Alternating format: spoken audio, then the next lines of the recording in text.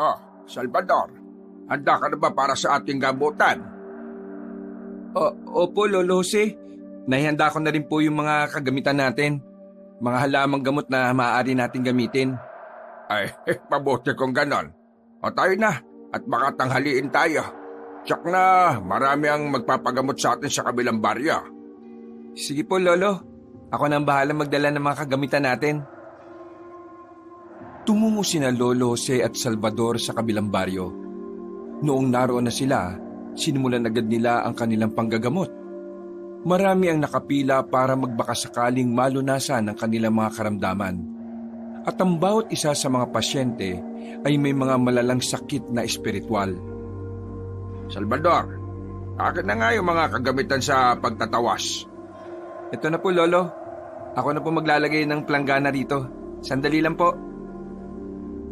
Ay, paupuin mo na rito sa upuan yung unang pasyente, ha? Sige po, Lolo. Tatawagin ko na po.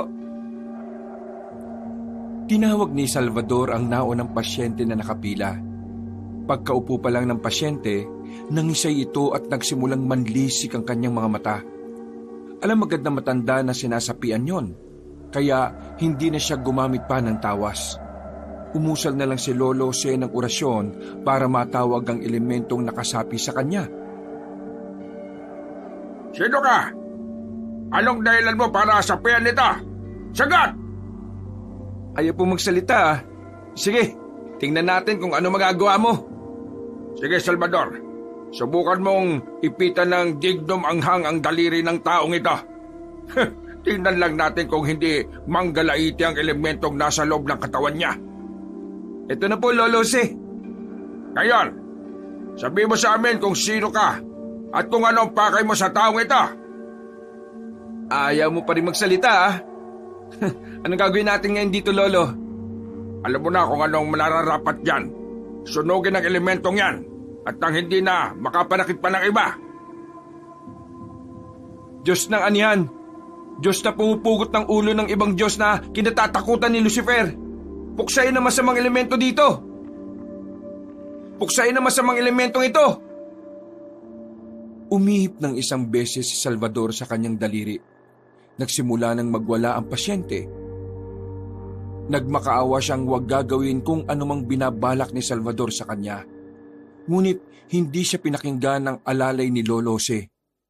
Inilapat ni Salvador ang kanyang daliri sa leeg ng pasyente at ginilitan siya hanggang sa tuluyang maging kalmado. Magaling, Salvador. Ngayon, iligtas na natin ang pasyente at hindi na rin siya kailanman gagambalain ng elementong ito. At hindi na rin siya kailanman gagambalain ng elementong yon. Nararapat lang sa masamang nilalang ang kamatayan, Lolo Jose. Hindi po natin sila kailangang kawaan. Tama ka. Ay sige na. Painumin mo na siya ng tubig at alalayang makabalik sa upuan niya. Opo, Lolo Jose. Sino ang susunod? Inihatid ni Salvador ang pasyente sa kanyang upuan. Inalalayan na rin ng binata ang isa pang pasyente para makaupo sa upuang katapat ng albularyo. Akmang sisimulan na sana ni Lolo siyang panggagamot sa ikalawang pasyente nila nang may isang pasyenteng nawala. Kahit na bata lang siya, malakas siya at hindi kayang pigilan ng dalawang tao. Salvador, siya ang unahin mo. Baka kung ano na nangyayari dyan. Sige po.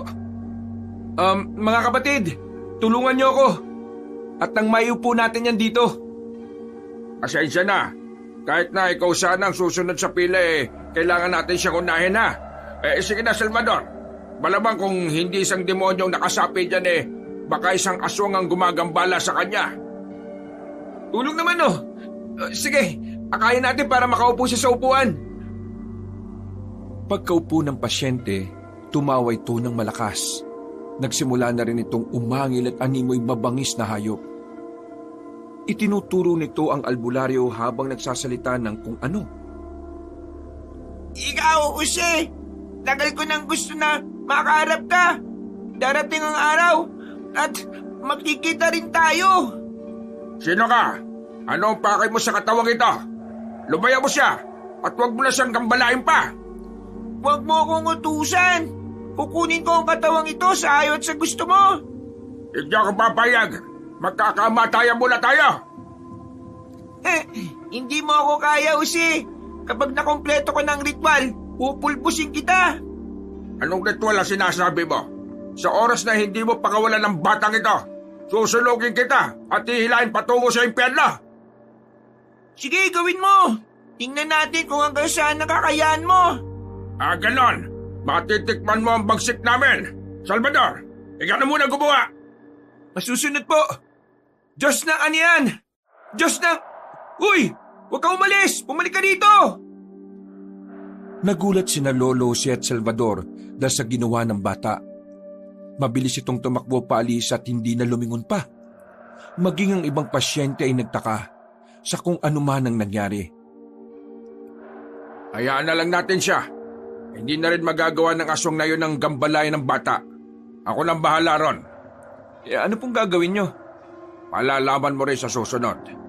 Sa ngayon, ipagpatuloy muna natin ang ating panggagamot. Marami pang ating pasyente. Sige po. Sino nang nasa pila kanina bago ang bata? Lumapit ka na dito. Pasensya na po kayo ha. Kinailangan sana kasi ng bata ang agarang panggagamot eh. Sige na. Umupo ka na rito at nang matukoy natin ang iyong karamdaman. Nang makaupo na ang pasyente, sinimulan nila ang gamutan. Dahil barang ang sanhi ng pagkakasakit nito, medyo natagalan ang panggagamot nila rito.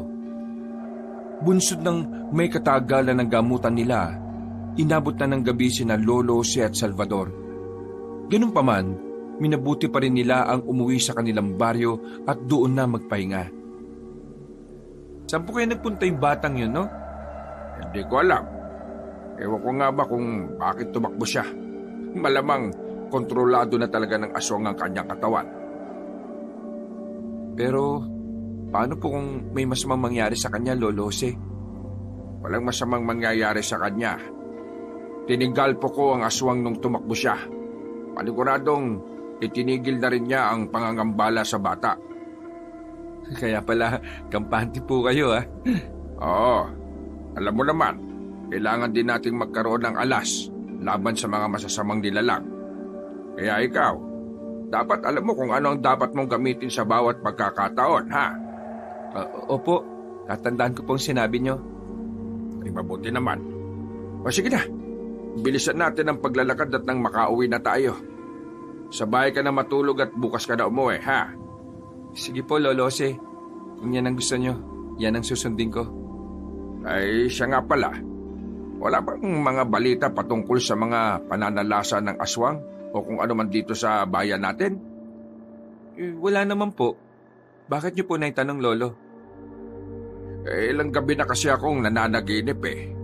Dumadanak daw ang dugo sa lupa at kapag igagala ko ang aking paningin sa paligid, may nakikita akong mga bata na wala ng buhay. Ano naman po kaya ang ibig sabihin nun, Lolo? Hindi ko nga rin alam eh. Pero malakas ang kutob ko na may kinalaman nito sa aswang na nakasapi sa bata kanina. Narinig mo naman ang kanyang sinabi, hindi ba? Opo. Pero baka naman po nagkataon lang na may batang ginagambala at sinasapian ng espiritu ng aswang, hindi ba? Hindi ko alam. Huwag naman sanang ipaintulot ng Diyos na mangyari ang panaginip ko. Sana nga po, Lolo. Sana nga po. Ritual ng padalugo. Natatandaan ko na. Hindi kaya may kinalaman ng ritual ng padalugo sa aking naging panaginip? At hindi kaya ang aswang na nakasapi sa bata ang gagawa nun? Baka nga po. Tsaka yun ang sabi ng nakasaping aswang kanina, di ba? Pakiramdam ko nagbabanta siya eh.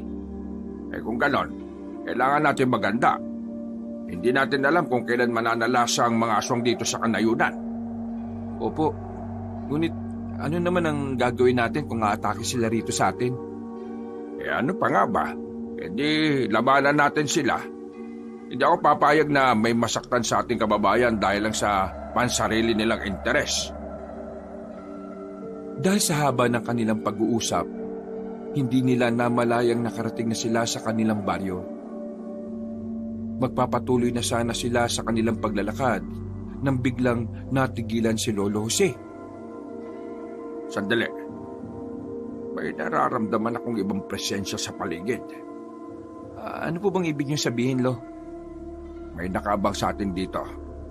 Ihanda mo ang sarili mo. Mukhang mapapalaban tayo Sige po, Lolo Jose.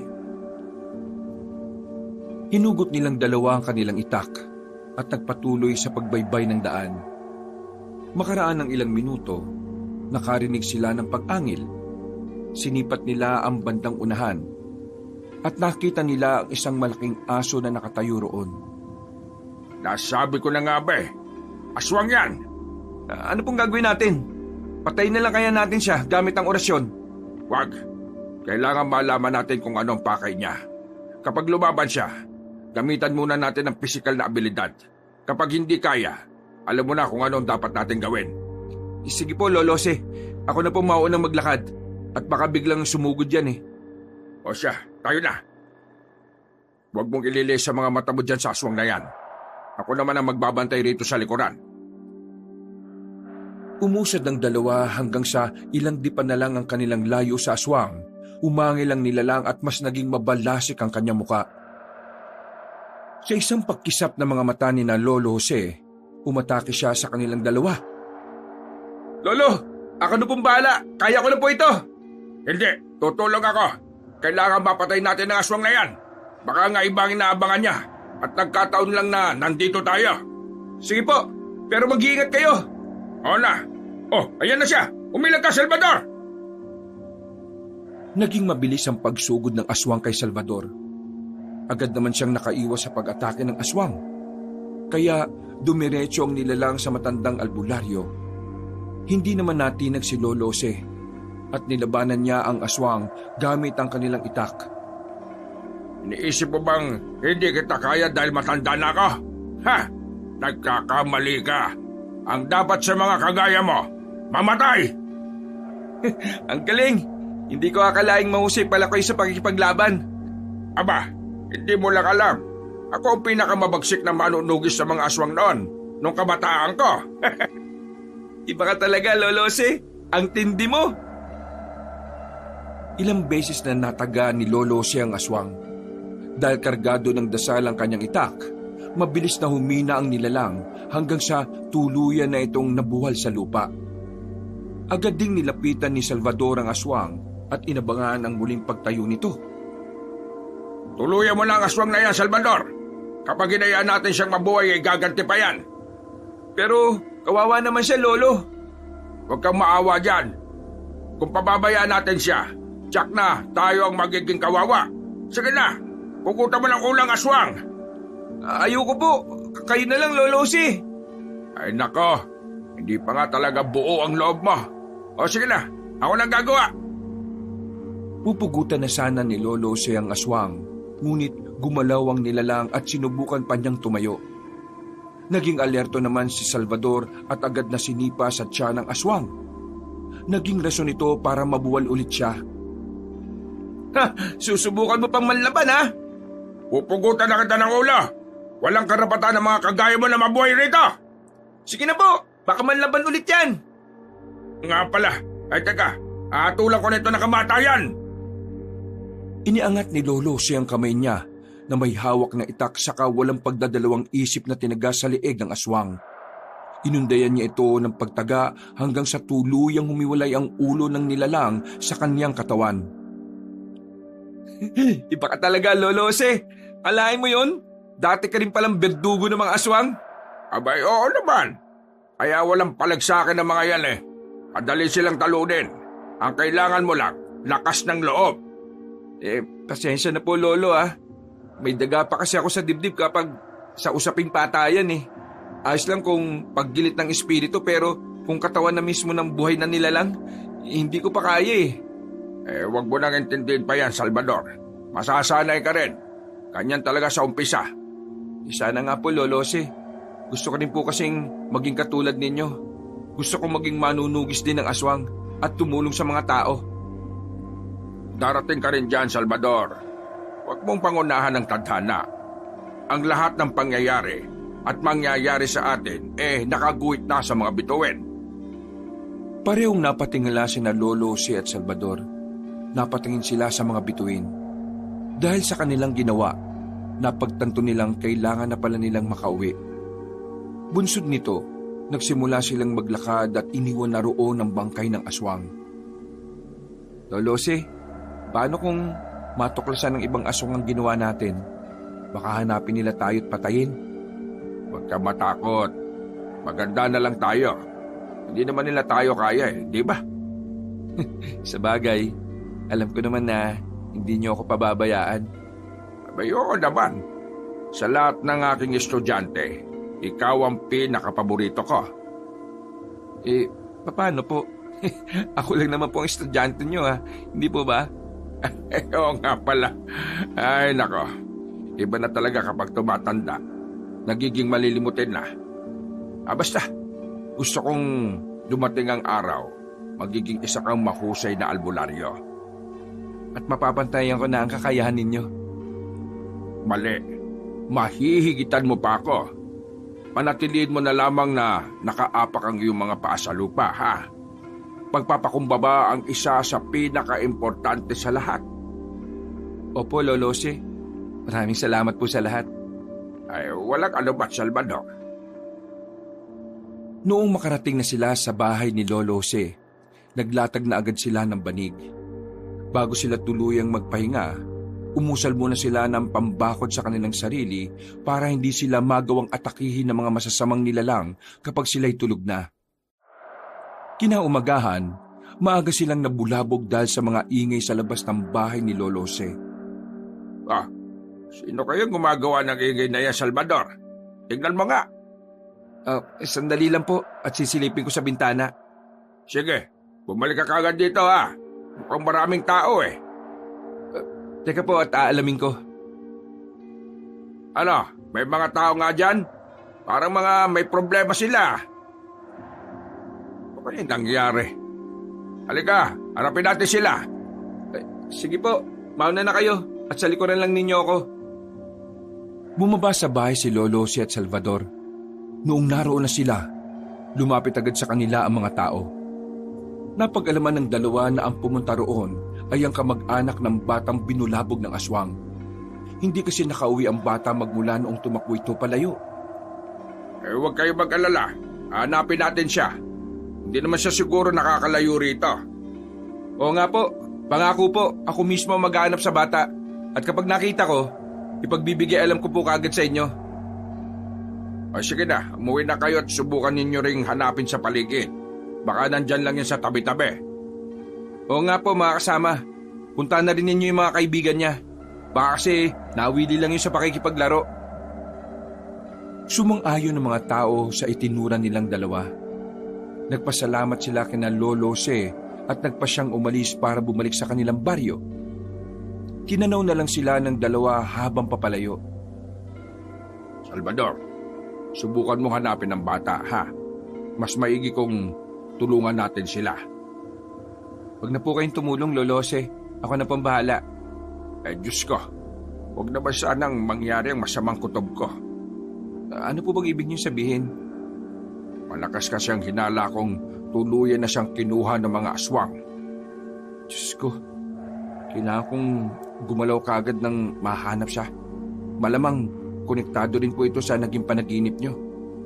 Yan nga ang aking inaalala Baka ka ako nagsasagawa na talaga ng ritual yung mga aswang.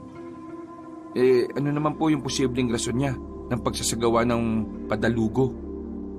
Malamang, gusto ng pinuno ng mga aswang na makakuha ng karagdagang kapangyarihan. Maaring gamitin ang ritual na yan para maging mas mayaman ang isang tao.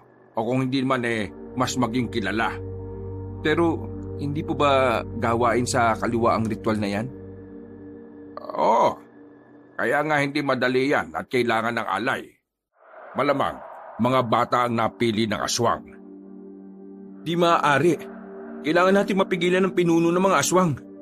Teka, saan kaya naglulungga ang mga nilalang na yan? Alam ko kung saan.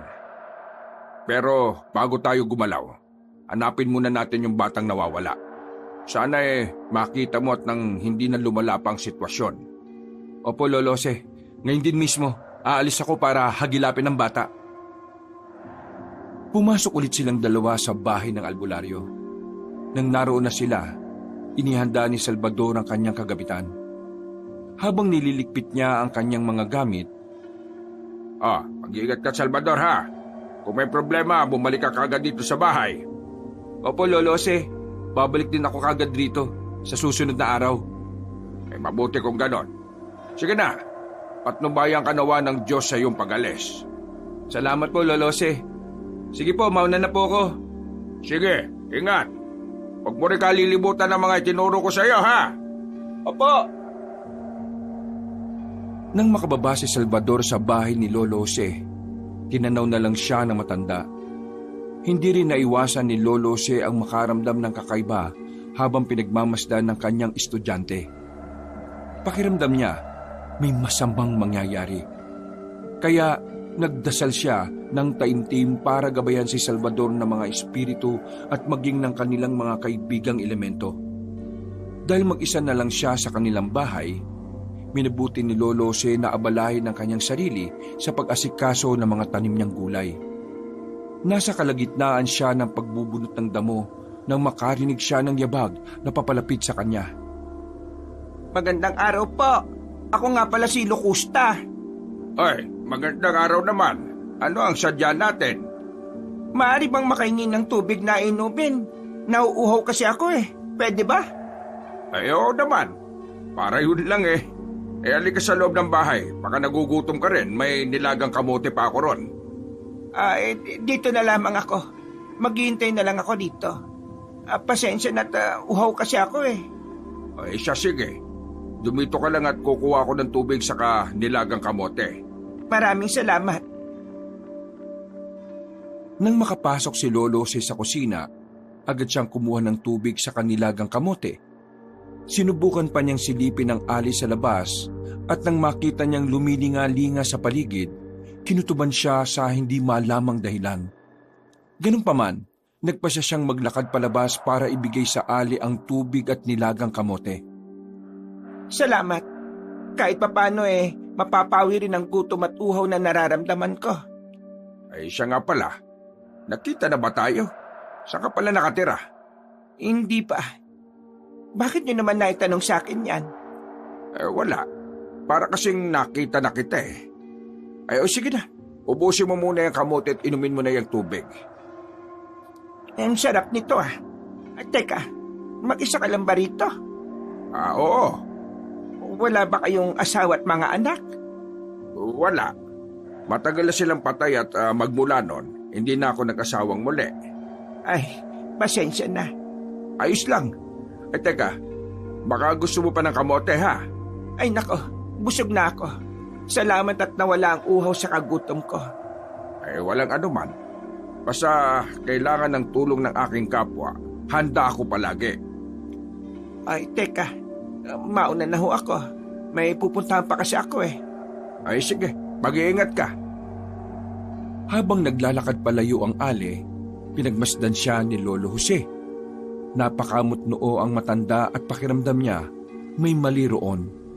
Sinikap niyang alamin ang bagay na bumabagabag sa kanyang isipan. Ngunit parang may humaharang na enerhiya sa kanya. Dahil dito, bumalik na lang siya sa loob ng kanyang bahay at minabuting magpahinga na lang muna.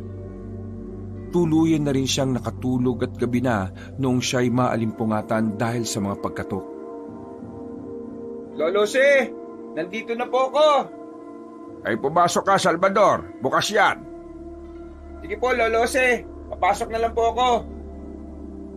Dumiretso ka na rin dito sa silid at nandito ako. Nung makarating si Salvador sa silid ni Lolo Jose, nakita agad na matanda na iba ang ekspresyon ng mukha nito. Medyo balisa ito at animoy may kung anong pinoproblema. Lolo Jose, may masama akong balita sa inyo. Iyan ba ang pinoproblema mo, Salvador? Ano ba yan? Opo, hanggang ngayon kasi hindi pa rin nakikita yung nawawalang bata. Tapos may nagsabi rin na may ilan pang kabataan ang nawawala. Pinaghahanap na rin sila ngayon ng kanilang mga magulang. Ismiyo, baka kung napano na sila. Ano pong gagawin natin, Lolo Jose? Sandali, kailangan natin magpasya. Kung susugurin natin ang kinukutaan ng mga aswang, baka mabigo lang tayo. Hindi natin alam kung ano ang madadatnan natin doon. At hindi rin tayo sigurado kung naroroon ang mga bata. Ano kaya kung ako na lang pong sumugod sa baryo ng mga aswang? Wag. Mahina ka pa kung ikukumpara sa mga aswang. Pagpipiestahan ka lang nila ron. Teka sandali. Alam ko na. Alam niyo po ang alin? Kanina, may alin na pumunta rito para humingi ng tubig. Ewan ko ba kung bakit ibang pakiramdam ko sa kanya. Ano pong ibig niyo sabihin? Pinapasok niyo po ba sa bahay niyo? Yun nga eh. Hindi siya pumasok at parang hindi mapakali. Alam mo naman kung anong nakalibing sa ilalim ng hagdan ko, hindi ba? Oo naman po. Putol na karayom. Kaya nga, Salvador, malakas ang kutob ko na aswang ang aling yon. Sigurado po ba kayo, Lolo? Oo. At siya rin mismo ang nakita ko sa panaginip ko. Ibig sabihin, siya yung pinuno ng mga aswang? Hindi ako sigurado ng 100%. Pero yan ang dinidikta ng aking kutob. Paano kung totoo nga po ang kutob ninyo? Wala tayong magagawa. Kailangan natin siyang kalabanin para mabawi ang mga bata. Pero sa pagkakataong yon, baka mabigo na tayo. Baka naisagawa na niyang ritual. Hintayin pa ba nating maisagawa niya bago tayo sumugod? Ano po kaya kung ngayon na mismo, puntahan natin yung baryo ng mga aswang? Sigurado ka ba sa pinaplano mo? Alam kong hindi pa sapat ang kakayahan mo. Baka mapano ka lang doon. Malakas po ang tiwala ko sa sarili ko at maging sa inyo na rin dahil kayo ang aking maestro. Siya sige. Tutungo tayo sa baryo ng mga aswang. Pero huwag ngayong gabi. Maghahanda muna tayo. Dahil baka hindi mga simpleng aswang ang ating makakalaban doon. Sige po, kayo pong bahala. Mas may karanasan kayo sa pakikipaglaban sa mga aswang eh. Basta, kapag naroroon na tayo, kailangan natin magdoble ingat. Hindi natin alam kung ano ang kayang gawin ng mga aswang na yon. Sige po, ihanda ko na lang ang mga dadalhin natin para hindi na tayo mahirapan pa. Kagaya ng kanilang napag-usapan, nagpasya silang dalawa na maghanda. Tinuruan ni Lolo si Salvador ng mga orasyon na pwedeng magamit laban sa mga aswang. Dahil bihasa naman sa pakikipaglaban ng mano-mano si Salvador, hindi na siya tinuturuan pa ng matandang albularyo. Ilang linggo na rin silang nagganda hanggang sa mapagtanto ni Lolo Jose na handa na ang katawan at kaluluwa ng kanyang alalay. Ano, Salvador? Handa ka na ba? Opo, Lolo. Alam kong handa na talaga ako. Ngayon, magagawa ko ng makipaglaban sa mga aswang ng walang pagdadalawang isip. Mabuti kung ganon. O sige na, aalis tayo mamayang gabi at tutungo sa baryo ng mga aswang. Sige po, nakahanda na rin naman ang ating kagamitan na dadalhin. O siya, magpahinga ka muna para may lakas ka mamaya. Paniguradong mapapasabak tayo sa labanan. Dahil kabilugan na pala ng buwan mamayang gabi. Napatango si Salvador sa kanyang maestro. Gaya ng sabi nito, minabuti na nga lang nilang magpahinga. Kinagabihan, inihanda nila ang kanilang sarili. Nagsagawa pa ng ritual si Lolo Jose para maging mas malakas ang kanilang loob at hindi madaling matalo ng mga aswang. May ipinahid din sila sa kanilang katawan para magkaroon sila ng tagabulag. O yan, kahit papano hindi na tayo madaling makikita ng mga aswang na nasa ating daraanan. Panandalian lang ito, kaya kailangan natin bilisan ng paglalakad. Maraming salamat, Lolo Jose. Tayo na po. Handa na rin ako. Handa na rin kasi ako. O siya, dalhin mo na ang mga gagamitin natin panlaban sa mga aswang. Ay siya nga pala, ako na magdadala ng aking buntot ng bagi. Sa iyo na yung itak. Sige po, ako na pong bahala rito. Nang tuluyan na nilang maihanda ang kanilang sarili, nagpasya na silang dalawa na umalis. Kampante silang walang haharang sa kanilang daraanan dahil nakapagpahid sila ng langis na may sabulag. Bilisan na lang natin ang ating paglalakad. Kailangang hindi tayo abutan ng hating gabi sa daan. Tsak na ngayon isasagawa ng pinuno ng mga aswang ang ritual ng padalugo. Kaya nga po, Lolo Jose, kabilugan pa naman ang buwan ngayon. Yan ang rason kung bakit tayo naghanda ng gusto. mas malakas sa mga aswang sa panahon na ito. Ramdam ko pong kaya nating silang gapiin. Matatalo natin ang mga yan. Sana nga, gabayan nawa tayo ng Diyos. Habang binabaybay nila ang daanan patungo sa liblib na baryo kung saan nakatira ang mga aswang, naging maingat sila. May mangilang-ilang nilalang silang nararamdaman, pero isinuwalang bahala nila ito. Alam nila sa kanilang sarili na gumagana na ang kanilang sabulag, kaya kampante silang naglakad. Habang naglalakad patungo sa baryo ng mga aswang, sa hindi maalamang dahilan, biglang nagkaroon ng pangitain si Lolo Jose patungkol sa kanyang alalay. Salvador, mas maigi siguro kung ako na lang muna ang pupunta sa baryo ng mga aswang. Po? Bakit naman po? Hindi ko alam kung tama ang aking kutob at nararamdaman. Pero nakikita ko sa iyo ang signos ng mga planeta. Signos po ng mga planeta? Hindi ba't may mga pangontra dyan? Oo, Salvador. Marami, pero huli na ang lahat. Hindi nagkakamali ang aking pangitain. Kung ganun po, ano po mas maiging gawin natin? Wala akong ibang may papayo sa iyo kung hindi ang umuwi at sunugin ang iyong damit. Hanggat nasa labas ka, mangyayari talaga ang aking pangitain sa iyo. Pero paano po kayo? Baka hindi nyo kayanin ng mga aswang. Huwag mo akong alalahanin. Ang importante sa ngayon ay ang kaligtasan mo. Hindi ko kayo iiwan, Lolo. Papatunayan ko pong karapat-dapat ako magmana ng mga aral ninyo. Sige, yan ang pasya mo. Ikaw ang masusunod. Pero binalaan na kita, ha? Opo, Lolo. Kaya ko naman pong pangalagaan ang sarili ko eh. Alam kong hindi ako pababayaan ng Diyos. Ay basta, mag-iingat ka. Huwag mong hayaang maisahan ka ng mga aswang. Sige po, Lolo. Mas lalo pa nilang binilisan ang kanilang paglalakad. Noong lumaon, nakarating sila sa baryong kinukutaan ng mga aswang. Iginala nila ang kanilang paningin doon, pero wala silang nakitang mga kabahayan. Lolo Jose, walang mga kabahayan dito ha. Sigurado po ba kayong ito ang baryo ng mga aswang? O naman. Pero bakit nga ba? Baka kung sa bandang gitna o dulo pa ng baryong ito, yung mga kabahayan. Sige po, maglakad na lang po tayo patungo sa bahaging yon. Baka naroon nga po yung hinahanap natin. Sige, pero kailangang alerto tayo sa paligid. Baka sa hindi natin malaman wala nang bisa ang ating sabulag. Ayun, may mga kabayan sa bahaging yon. Mukhang yan na yung ating hinahanap. Sige, mag-ingat ka.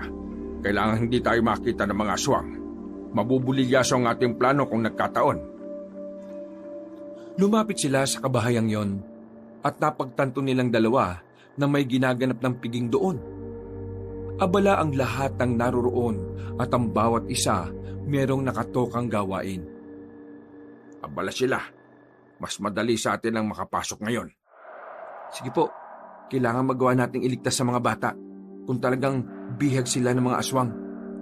Oo, ang mahalaga, una nating mailigtas sa mga bata at mapaalis sa baryong ito. Baka pati sila madamay sa pangyayari. Ano po kaya kung maghiwalay muna tayo? Wag. Baka mangyari sa iyo yung naging pangitain ko. Hindi kasi madaling mawala ang signos ng mga planeta, Salvador. Pero kailangan po makita agad natin ng mga bata bago pa man mag-alas 12 ng gabi. Matagal pa naman ang hating gabi. Kailangan din natin isaisip ang kaligtasan mo. Sige na po, payagan niyo na po ako. Para rin naman to sa mga bata eh. Baka kung ano pa yung mangyari sa kanila kapag maabutan sila ng alas 12. Sige na, basta mag-iingat ka ha. Palagi mong ihanda ang itak mo at baka may umatake sa iyo. Opo, Lolo. Huwag mo kakalimutang may signos ka pa ng mga planeta. Bumalik ka kagad dito kung mararamdaman mong merong aberya, ha? Sige po, doon ako pupunta sa bahaging yan. O sige na, sa bahaging yun naman ako maghahagilap. Kailangan mahanap kagad natin ang mga bata. Tinanaw ni Lolo Jose ang kanyang alalay habang palayo ito. Nasa kalagitnaan siya ng pagmamasid kay Salvador nang makita niyang wala itong ulo. Kinutuban siya ng hindi maganda. Kaya sa halip na tahakin ang direksyong kanyang sinabi, minabuti na matandang albularyo na sundan si Salvador. Habang naglalakad, lumalakas din ang kabog ng kanyang dibdib. Nagpasya na lang si Lolo Jose na maglakad ng mas mabilis hanggang sa tuluyan na niyang maabutan si Salvador. Salvador, hintayin mo ako. Huwag ka munang tumuloy. Po? Bakit po, Lolo? Nakita kitang walang ulo. Mas maigi kung umuwi ka na lang at sunugin ang damit mo. Nandito nga ako para tulungan kayo, hindi ba? Bakit niyo ako pinapauwi? Ha? Anong sabi mo? Pakiulit nga. Nandito nga ako para tulungan kayo, hindi ba? Bakit niyo ako pinapauwi? Ha? Anong sabi mo? Pakiulit nga. Ang sabi ko, nandito ako para tulungan kayo, tanda. Napalunok ng kanyang laway si Lolo Jose. Napansin niyang may mali kay Salvador, kaya hindi na niya nagawang kalabitin ito. Magsasalita pa sana ulit siya nang unti-unting humarap sa kanya ang kanyang alalay. Napahakbang ito ng ilang beses nang malaman niyang hindi si Salvador ang nasa harapan niya. Nagbabaga ang mga mata nito at naglalaway. Aba, ikaw si Salvador? Hindi nga, inakala mo ba talaga na siya ang sinusundan mo? Hayop kang aswang ka! Nasaan na siya? Hindi ko alam. Nandito lang ako para patayin ka at pigilan sa ninanais mo. Inihanda ni Lolo Jose ang hawak niyang buntot ng pagi. Nakita kasi niyang mas naging mabalasik ang mukha ng kanyang kaharap. Sa isang pagkisap ng mga mata ni Lolo Jose, sinugod siya ng aswang. Agad namang umusal ang matandang albularyo saka umihip sa hawak niyang buntot ng pagi. Bago pa man tuluyang makalapit ang aswang, buong lakas siyang nilatigo ni Lolo Jose. Napaungo lang nilalang at nang aatake pa sana ulit ito, umusal ng isa pang orasyon ng matanda sabay hambalos dito. Nabuwal ang nilalang at bago pa ito tuluyang mamatay, nag-iba ang kanyang anyo. Napagtanto ni Lolo Jose na hindi nga siya si Salvador, kaya hinanap niya ang kanyang alalay. Namulagat na lang ang kanyang mga mata nang makita niya si Salvador. Nang ilang dipan na lang ang layo nito, may sumugod na 4 na aswang kay Salvador. Umaligid ang mga ito sa kanya, kaya sinubukang agawin ni Lolo Jose ang kanilang pansin. Ako ang harapin niyo at huwag niyang estudyante ko! Lolo Jose, akala ko po'y... Sinundan kita rito dahil nakita ko kanina na wala kang ulo.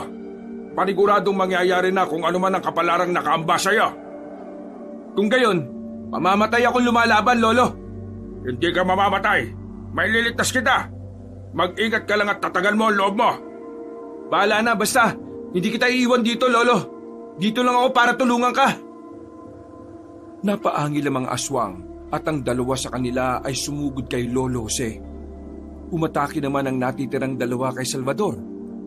Napailing na lang ang matanda at agad na iwinasiwas ang kanyang hawak na buntot ng pagi. Lumundag ang isang aswang sa kanya upang sana'y sunggaban siya. Ngunit bago pa man magawa ng aswang ang kung anumang gusto nito, hinambalos na niya ito ng hawak niyang buntot ng pagi. Dahil sa orasyong naikarga roon, tumilapon ng aswang at nangisay sa bandang unahan. Nakita naman ng isa pang aswang ang nangyari sa kanyang kasama at dahil sa galit nito, pagkapang siyang umatake kay Lolo Jose. Lolo Jose, mag-iingat kayo! Ako nang bahala nito. Itutulad ko ito sa kanyang kasama. Walang diyang mga aswang to ah. Lolo! Tulong! Sandalit tatapusin ko lang isang to. Nagpambuno sila Lolo Jose at ang aswang.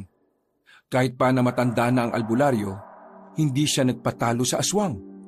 Nagganap siya ng pagkakataon hanggang sa magawa niyang latiguhin ito. Napaungol ang aswang at kagaya ng kanyang kasama ng isa ito. Bago tuluyang lumapit kay Salvador, ibinaling pa ni Lolo Jose ang kanyang pansin sa naunang aswang. Napailing na lang siya nang makitang wala na itong buhay. Ayong mga aswang, ako ang harapin niyo. Lolo, malalakas sila. Hindi ko sila kaya. Kaya mo yan. Magtiwala ka sa sarili mong kakayahan. Sige, lalapit ako riyan at ako ang haharap sa kanila. Sige po. Nung makita ni Lolo Jose na pinagtutulungan ng dalawang aswang si Salvador, lumapit siya roon at buong lakas na hinambalos ang isang aswang. Humarap pa ito sa matandang albularyo at binalak sana nitong sumugot. Ngunit Bago nito magawa, nabuwal siya sa lupa at nawalan ng malay. Napakalakas talaga nitong buntot ng pagi nyo. Abay, oo naman. Kinargan ko ito ng mga dasal mula sa matataas na aral. Sa katunayan, kaya ko rin katulad ng kidlat ang epekto nito sa mga aswang. Kung ganun po, subukan nyo sa aswang na ito. Mukhang magtatagumpay na siya sa pagkagat sa akin. Ganun ba? Sige, etong dapat sa mga kagaya niya. Umusal si Lolo Jose ng orasyon para tumawag sa kidlat na pumuksa kay Lucifer. Noong mausal na niya, umiip siya ng 3 beses sa buntot ng pagi. Nakita ng aswang na kumukuyo kay Salvador ang kanyang ginawa. Kaya lumundag ito para sugurin siya. Napangisi naman si Lolo Jose at walang awang nilatigo ang aswang. Napaungol yun at nanginig hanggang sa tuluyang sumabog. Maraming salamat, Lolo Jose. Siguro, kung wala ka nagtagumpay ang mga aswang na yun sa kanilang binabalak. Huwag mong intindihin yon. Ang importante, makita natin ang mga bata. Tama ang panaginip ko. Itong lugar na ito mismo ang nakita ko. At ramdam ko na rin may mga batang dinukot dito. Ang ipinagtataka ko lang ay kung bakit wala naman akong naririnig na ingay nila. Hindi kaya pinatay na sila ng mga aswang? Dugo lang naman ang kailangan ng pinuno ng mga aswang, di ba? Oo. Teka. Subukan kaya nating tumungo ron. May nararamdaman akong enerhiya sa bahaging yon Baka mahanap natin sila. Sige po, Lolo. Pero kung nagkataong mali tayo, ano ang gagawin natin? Aalis na ba tayo? Hindi. Uubusin natin ang mga aswang dito. Kailangan bukas, wala nang magiging rason ng mga tao para matakot tuwing gabi. Nagpatuloy sila sa kanilang paglalakad. Habang nagmamatsyag sa kanilang paligid, inihanda na lang nila ang kanilang mga armas na panlaban sa mga aswang. Nasa kalagitnaan na sila ng kanilang paglalakad nang makarinig sila ng iyak ng mga bata. Sinasabi ko na nga ba nandirito ang mga bata. Mukhang doon po nanggagaling ang ingay. Doon po tayo pumunta. Sige, maging alert ko lamang. Paniguradong alam na nilang nandito tayo. Masusunod po. Kailangang hindi tayo mahuli ng mga yan. Sa bandang unahan, may naaninag akong gumagalaw. Paniguradong mga aswang ang mga yan. Sandali, mauna akong maglakad at titingnan ko kung talagang mga aswang sila. Mas binilisan ni Salvador ang kanyang paglalakad. Si Lolo Jose naman na natiling nakasunod sa likuran nito. Nasa kalagitnaan na sila ng kanilang paglalakad nang sa hindi inaasahan may lumapag sa kanilang likuran. Agad na napalingon ng matandang albularyo at nabahala siya noong makita ang 8 aswang na nakatayo roon at nakamasid sa kanila. Salvador, hanapin mo kung saan naroon ang mga bata. Ako nang bahalang humarap sa mga aswang na yan. Sigurado po kayo? Oo, bilisan mo lang at mag-iingat ka. Mukhang nagkalat na ang mga aswang dito sa paligid. Pero akala ko meron silang piging. Hindi ko nga rin alam kung bakit naririto ang iilan sa kanila. Malamang, naghahanda na rin ang iba sa kanila para sa pagdating ng 12:00. Kailangang hindi matuloy ang anumang nais gawin ng pinuno ng mga aswang. Susubukan ko pong pigilan yun kapag nakita ko siya. Sige, basta palagi mong uunahin ang kaligtasan mo, ha? Kapag natapos ang lahat ng ito, hahanapin natin ang paraan kung paano makontra ang signos ng planeta sa iyo. Sige po, maraming salamat po. Nagmadaling naglakad si Salvador. Nang makalayo na ito kay Lolo Jose, itinuon naman na matanda ang kanyang pansin sa mga aswang. May isa pa sanang hahabol sa kanyang alalay pero nilatigo niya ito ng kanyang buntot ng pagi. Napaungol naman ng naturang nilalang at nabuwal sa lupa sa kanang isay. Nakita ng ibang aswang ang nangyari, kaya napaangil sila. Napangisi naman si Lolo Jose nang makita niyang nanggagalaiti ang mga yon. Sa isang pagkisap ng mga mata niya, sumugod ang mga aswang ng sabay. Dahil dito, muli niyang inusal ang orasyon ng panawag sa kidlat, saka inihip yon sa buntot ng pagi. Ang bawat aswang na lumapit sa kanya'y walang pagdadalawang isip niyang hinahambalos. Dahil kargado na mataas na uri ng orasyon ang hawak niya, tumilapon ang mga nilalang at sumabog ang kanilang katawan. Nasa ganoong sitwasyon siya nang makita niya ang isang aswang na nanatiling nakatayo. Sinipat ito ng albularyo at nawari niya kung sino yun. Hindi ba't ikaw yung aling lumapit sa akin para humingi ng tubig? Oo, hindi ko rin nakalaing dito pa tayo magkikitang muli. Tama ang aking hinala. Isa ka ngang albularyo. Hindi ko rin nakalaing isa kang aswang. Ano ngayon kung aswang ako? Nandito ka sa aming lugar. Kaya ang dapat sa'yo ay mamatay. Kayo ang dapat na mamatay.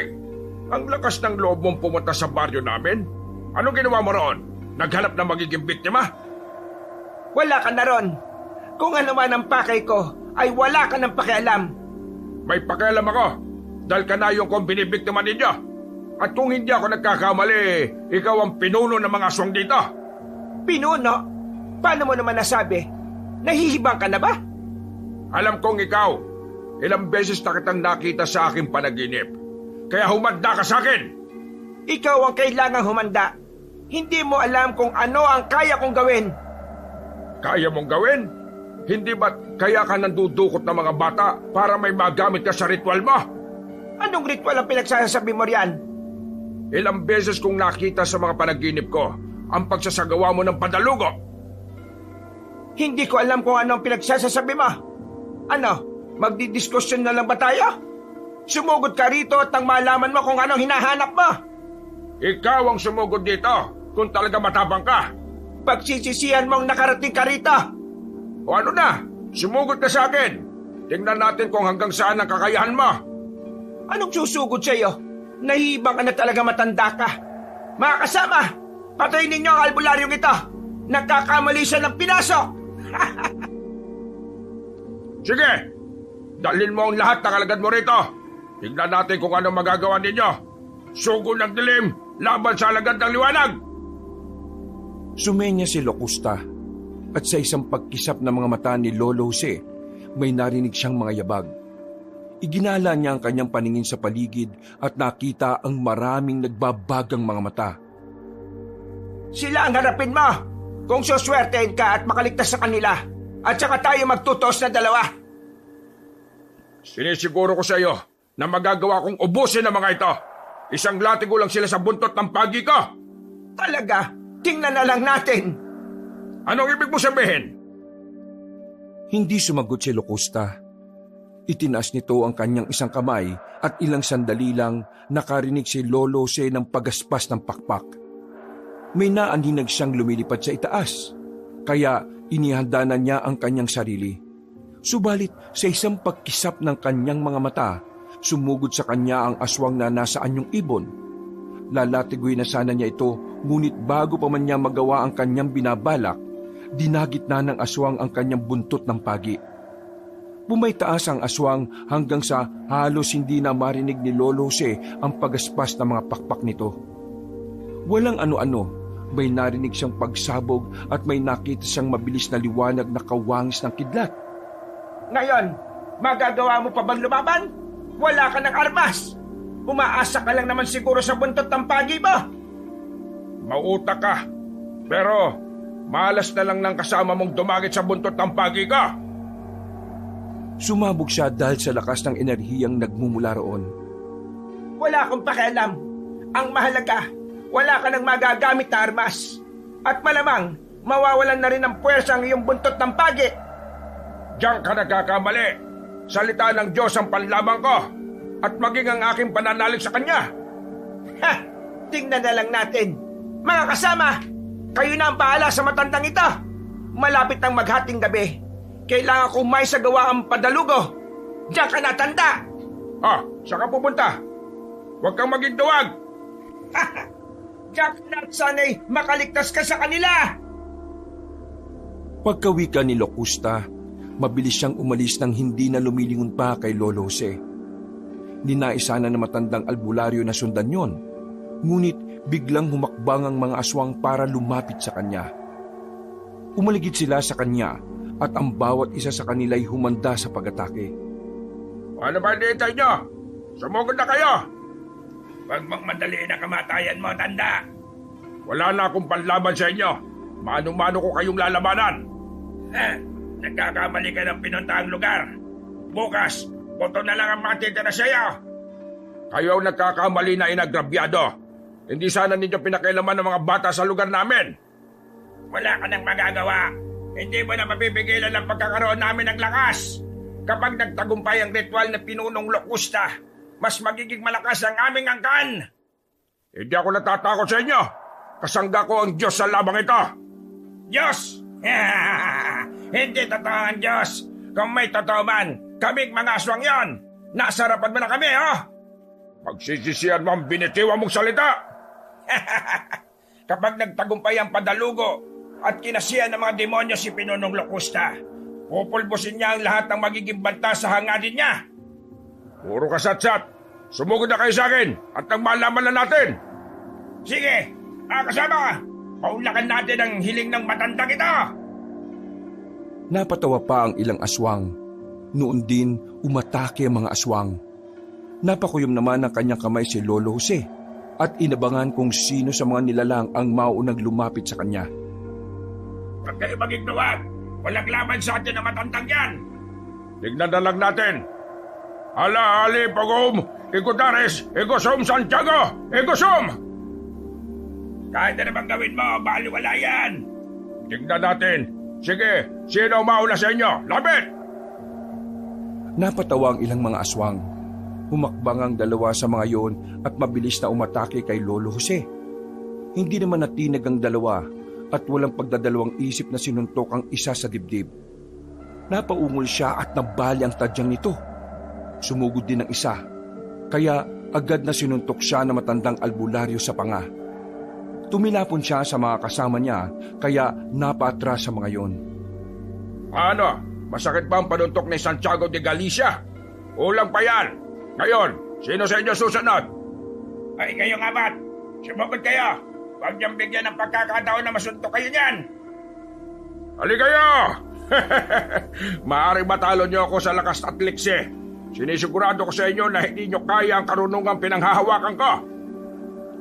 Gaya ng inutos ng isang aswang, lumusob ang 4 na aswang sa kinatatayuan ni Lolo Jose. Napangisin naman na matanda at ikinuyom ang kanyang palad. Susuntukin sana niya ang mga aswang, ngunit mabilis ang pagkilos ng mga ito. Nagulat na lang siya noon nang hawakan na siya ng 2 nilalang. Sinubukan naman ng 2 aswang na warakin ang tiyan na matanda. Hindi niyo ako kaya. Pakawalan niyo ako at nang malaman niyo kung anong hinahanap ninyo. Ano na? Warakin na ninyo ang tiyan na matandang yan. At nang matapos na ang problema ito, kailangan tayo ni Pinunong Locusta. Puputi muna ang uwak bago niyo magawa yan. Marami kayo, kaya ang lakas ng loob niyo. Pero, tingnan na lang natin kung saan kayo dadalhin ang tabang ninyo. Sige, wakwakin niyo na ang tiyan yan at lantakan ng mga laman loob. Napaungol si Lolo Jose dahil sa ginawa ng mga aswang. Subalit, dahil sa taglay niyang 7 antas ng kabal, hindi siya nagawang sugatan ng mga aswang. Noong makita ng matandang albularyo na kukuyugin na siya ng ibang mga aswang, nagpasya na siyang umusal ng tigalpo para manginig ang aswang at kabahan sa kanyang presensya. Napangisi na lang siya nang makitang nagsimulang maging balisa ang mga nilalang doon. Umusal siya ng salitang siya lang ang nakakaintindi. Sige, bubuhatin ko kayong 2 at tinatapod. Itong dabot sa inyo! Anong ginawa mo? Bakit nanginginig ang mga kalamnan namin? At natatakot kami? Huwag kayo magpakapekto sa ginawa niya. Paslagin natin na matandang ito. Simple lang. Tinigalpo ko kayo. Bakit? Gusto ba ninyong tapusin na kagad natin to? Pwede ko namang gawin yon. Sige, subukan mo at nang malaman mo kung ano ang posibleng mangyari sa'yo. Sige, subukan mo. Mastan mo ito. Inangat ni Lolo Jose ang kanyang 2 braso. Mas namulagat ang mga mata ng aswang dahil sa ginawa niya.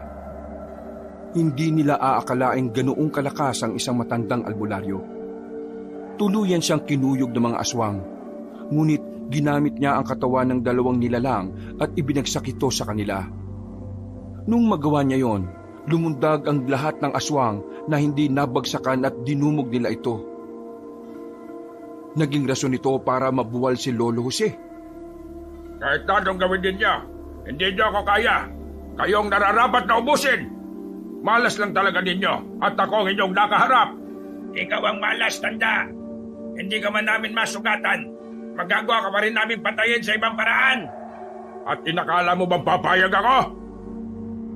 Nag-orasyon si Lolo Jose sa kanyang kamao. Kasabay ng kanyang pagtayo, sinuntok niya ang bawat nilalang na maaabot ng kanyang kamao. Nagsitilapon sila. Kabilang na ang aswang na kumakausap sa kanya. Iginala ni Lolo Jose ang kanyang paningin sa paligid at nakaramdam siya ng takot nang maulinigan ang boses ni Salvador. Upang magawa niyang lipulin ng mga aswang na nakahandusay sa lupa, umusal siya ng orasyon para magtawag ng espiritual na kidlat. Ilang sandali pa, naaaninag niya ang mga kidlat na mula sa kalangitan. Napailing na lang siya nang makita ang kamatayan ng mga aswang na kumalaban sa kanya. Nagpasya si Lolo Jose na hagilapin na si Salvador, subalit nang makarating siya sa pinanggalingan ng boses, nakita niya si Salvador na nakahandusay sa lupa. Wakwak ang tiyan at nilalantakan ni Locusta ang kanyang mga laman loob. Hoy! Locusta! Walang iya ka! Anong ginawa mo kay Salvador? Magbabayad ka sa kalapastanganan mo ito! Gusto mo bang saluhan ako? Nakialam kasi siya sa aking gagawin. Kaya, pinatay ko lang. Alalay mo pala. Demonyo ka! Pagbabayaran mo yung ginawa mo! Lubayan mo siya! Lulubayak ko siya. Pero ikaw naman ang aking lalantakan. Gusto kong matikman ang laman loob ng isang matandang albularyo. Mangyayari lang yan kapag natalo mo ako sa laban. Kung ganon, handa akong labanan ka na. Kahit ngayon mismo. Itinigil ni Locusta ang kanyang ginagawa. Tumayo siya tumarap kay Lolo Jose. Nanginig naman ang buong katawan ng matandang albularyo. Nang makita niya ang kalagayan ng kanyang alalay na si Salvador, naalala niya ang signos ng planeta na nasa binata. Kaya napailing ito at nagsisisi. Bakit parang pasan mo ang mundo? Ang buong akala ko bata pang katanda. Pagsisisihan mo ang ginawa mo kay Salvador. Kung ikaw ang tinutukoy ng signos ng mga planeta, sisiguraduhin kong mangyayari rin sa iyo ang ginawa mo sa kanya. Tingnan na lang natin. Yan ay kung magagawa mo akong talunin. Hindi mo ba nakakalahati ang mga tauhan ka? Wala akong pakialam. Kahit isang batalyon pa ang iharap mo sa akin, hindi ako matatakot. Sinabi mo yan, ha? Sige. Dahil malapit na ang 12:00, sila na muna ang bahala sa iyo. Umatungal ng malakas ang pinuno ng mga aswang. Ilang sandali pa, nakarinig ng maraming yabag ng paa si Lolo Jose. Iginala niya ang kanyang paningin sa paligid at nakita niya ang napakaraming anino. Napalunok na lang siya ng kanyang laway dahil wala siyang armas na pwedeng maging panlaban sa kanila. Dahil dito, umusal na lang siya ng orasyon sa kanyang kamao upang mag-ibayo pa ang lakas nito. Saan ka pupunta, Locusta?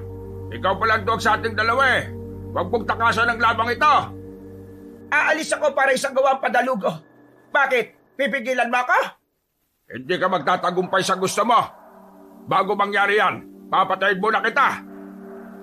Nagkakamali ka. Nakahanda na ang mga bata.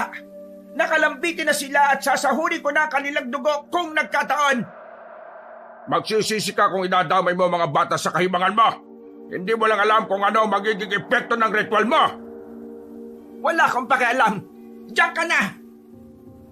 Pipigilan pa sana ni Lolo Jose si Locusta, ngunit umusad ang napakaraming aswang para sugurin siya. Napatawan na lang ang pinuno ng mga aswang habang paalis doon. Alam ni Lolo Jose na isasagawa na ng naturang aswang ang kanyang ritual. Kaya nabahala siya at ninais niyang habulin si Locusta. Ngunit dahil napakaraming aswang ang nakapaligid sa kanya, walang nagawa si Lolo Jose kundi ang ihanda ang sarili niya sa banta ng mga aswang. Walang ano-ano, lumundag ang isa sa mga aswang para sugurin siya. Nabasa naman ng matandang albularyo ang plano nito, kaya nang lalapag na ito sa kanyang harapan, walang agam-agam niyang sinuntok ito. Tumilapon ang nilalang at nang isa ito hanggang sa nawalan na ng buhay. Nakita naman ng ibang aswang ang ginawa ni Lolo Jose kaya mas naging agresibo sila. Sabay-sabay silang umatake sa matandang albularyo. Bago pa man makausal ng kanyang dasal si Lolo Jose, kinuyog na siya ng mga aswang. Sinigurado nilang masusukol ito at wala nang magagawa. Ikaw pala ang albularyong sumugod dito, ha? Akala mo ba mapipigilan mo ang pagkuha ni Pinunong Locusta ng kapangyarihan? Gagawin ko ang lahat para mapigilan kayo. Hindi ko papayagang mangyari ang inyong binabalak. Hindi papayagan? Ano pa ba ang magagawa mo? Sige, dalhin natin ang albularyo niyan sa harap ng ating pinuno. Ipapasaksi natin kung paano magkaroon ng mas malakas na kapangyarihan si Pinunong Locusta. Sige, at nang magawa ko siyang tapusin bago pa niya mapagtagumpayan ng ritual ng padalugo. Sige na, tignan natin kung may mararating niyang pagdaldal mo kapag maging matagumpay ang pagriritual ng aming pinuno. Pag kayong umasa, hindi niyo alam kung gaano kahirap ang padalugo. Tatawanan ko lang kayo kapag nagkamali siya. May sasakripisyo ang inyong buhay. Wala akong pakialam. Ang importante, makuha ni Pinunong Locusta ang kanyang nais. Mga baliw, ginagamit lang kayo na inyong pinuno. Hindi pa ba ninyo nahahalata ang mga ginagawa niya? Napakabobo ninyo! Tumahimik ka na! Naririndi na ako sa boses mo. Sige na, dalhin natin to kay Pinunong Locusta. Ipapasaksi natin sa kanya ang pagbabago ng katauhan ng ating pinuno. Kinaladkad nila si Lolo Jose patungo sa kinaroroonan ni Locusta. Habang papalapit doon, iginala na matandang albularyo ang kanyang paningin. Nanlumo siya at nakaramdam na matinding galit nang makita niyang nakalambiti ng patiwarik ang 5 bata. May mga gilit ang kanilang leeg at tumutulo ang kanilang dugo. Samantala, naroroon din si Locusta at sinisimulan na niya ang ritual. Bastan mo tanda kung paano magkaroon ng kapangyarihan mula sa demonyong aming pinuno. Hindi ako papayag sa gusto ninyo. Gagawin kong lahat para mapigilan yan. Huwag ka nang pumalag. Pagkatapos yan, ikaw ang kanya isusunod. Hindi mangyayari yan. Kahit kailan, hindi mananalo ang dilim sa liwanag. Gagawa ng paraan ng Diyos para malipol kayo. Walang magagawa ang sinasabi mong Diyos. Bastan mo ang nakapaligid kay Pinunong Locusta. Pakiramdaman mo. Hindi ako papayag. Uubusin ko kayong lahat. Muling umusal ng orasyon si Lolo Jose para magkaroon ng pambihirang lakas. Matapos niyang gawin ito, sinuntok niya ang mga aswang at ang bawat matamaan ng kanyang kamao ay nabubuwal sa lupa at ang iba ay napapaatras. Yan ang nararapat sa mga kagaya ninyo. Sige, bumangon kayo at muling umatake. Mga kasama, bumangon kayo. Huwag kayong panghinaan ng loob. Kaya natin na matandang ito. Sige, hali kayo. At sisiguraduhin ko madudurog ang buto ninyo. Huwag kayong magpadala sa pananakot yan. Atakihin niyo na siya. Sumang-ayon ng mga aswang. Isa-isa silang bumangon at tumatake kay Lolo Jose. Ang kada nila lang na lumalapit sa matandang albularyo, sinusuntok nito. Kaya tumitilapon sila. Subalit para maprotektahan si Locusta at hindi maantala kung anumang ginagawa nito, hindi sila pinanghinaan ng loob. Ilang beses na bumangon ng mga aswang at sumugod kay Lolo Jose. Hindi naman natinag ang matanda at ang kada nila lang na lumalapit sa kanya ay walang habas niyang pinagsususuntok. Nasa kalagitnaan siya ng kanyang ginagawa ng... Nandito ka pala, tanda. Ano, nakikita mo ba ang may team na kapangyarihang lumulukob sa katauhan ka? At alam kong darating din ang oras na babawiin sa iyo yan. Kapag nangyari yan, mabubulok ang iyong katawan at masasakdal sa impyerno ang kaluluwa mo. Ngayon, wala ka nang magagawa. Mamamatay ka rito sa aming kuta at magiging alaala ka na lang. Kung mamamatay man ako, isasama ko kayong lahat. Yan ang sinisiguro ko sa inyo. Huwag kang mag-ilusyon. Hindi mo nga kayang patayin ang mga kasama ko, hindi ba? Hindi mo lang alam kung ilang aswang na ang aking napaslang. At ikaw ang isusunod ko. Sa estado ko ngayon, alam kong hindi mo na magagawa yan. Sumenya si Locusta sa kanyang mga kasamang aswang. Noon din, kahit na masakit ang katawan ng mga nilalang, bumangon sila at umatake kay Lolo Jose. Napailing naman ang matandang albularyo at umusal siya ng mataas na uri ng orasyon para mas maging mabigat ang kanyang kamao at magmistula itong sipa ng kabayo. Tikman niyo ang suntok na parang lakas ng paa ng isang kabayo! Huwag kayo matakot. Kaya ko siyang patayin. Sugurin lang ninyo siya at kalabanin hanggang sa manghina. Narinig niyo ang sabi ng pinunong Locusta. Sugurin niyo, matanda! Halika kayo, tikman niyo ang bagsik ng kamao ka! Sige lang. Hindi rin magtatagal at mabubuwal ka rin sa lupa. Magiging pataba ka na rito, tanda. Titiyakin kong hindi mangyayari ang sinasabi mo! Isa-isang sumugod ang mga aswang kay Lolo Jose. Napangiti naman ang matanda at ni katiting na pangamba ay wala siyang nararamdaman. Alam niyang makakaya niya ang lahat ng mga aswang na yun dahil sa kanyang karunungan at kahit pa na wala siyang hawak na armas. Sa kada paglapit ng mga aswang, sinusuntok niya ang mga ito. Sa tuwing tumatama ang kamao ni Lolo Jose sa kanila, tumitilapon sila at nawawalan ng malay. Nang lumaon, naging kakaunti na lang ang aswang na naroroon. Nagkalat ang katawan ng mga ito at halos lahat sa kanila ay walang ulirat. Ang lakas mo pala, matandang albularyo. Hindi ko akalain na sa tanda mong yan kaya mo pang lumaban ng mano-mano. Hindi mo lang alam kung ano pa ang kaya kong gawin. Kaya kitang pugutan ng ulo gamit lang ng aking salita. Hindi ako naniniwala sa iyo. Kung kaya mo yan, hindi mo na sana ako hinayaang mapagtagumpayan ng padalugo. Sana nung una pa lang, pinugutan mo na ako ng ulo. Ngayong nilukob ka na ng husto ng itim na kapangyarihan. Subukan natin kung sino ang mas malakas sa ating dalawa. Gusto mo bang madaliin ang buhay mo? Hindi. Gusto kong puksain ka kagad, Locusta. Hindi ko papayagang may ibang bata ka pang mabiktima. Wala ka nang magagawa. Kung nakikita mo lang ang aura ko, malalaman mong kaya kong pumatay sa isang pitik lang ng aking daliri. Sige, subukan mo sa akin! Humanda si Locusta para sugurin si Lolo Jose. Ang matanda naman, napakuyom ng kanyang kamay at minatyaga ng susunod na gagawin ng pinuno ng mga aswang. Alam niyang hindi magiging madali ang kanilang laban dahil may kapangyarihang itim na si Locusta.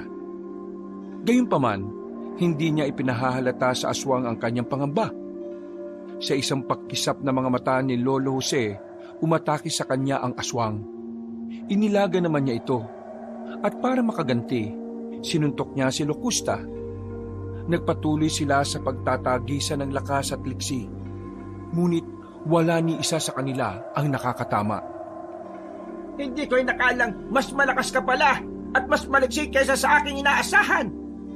Ikaw, malakas ka lang dahil sa naging ritual mo.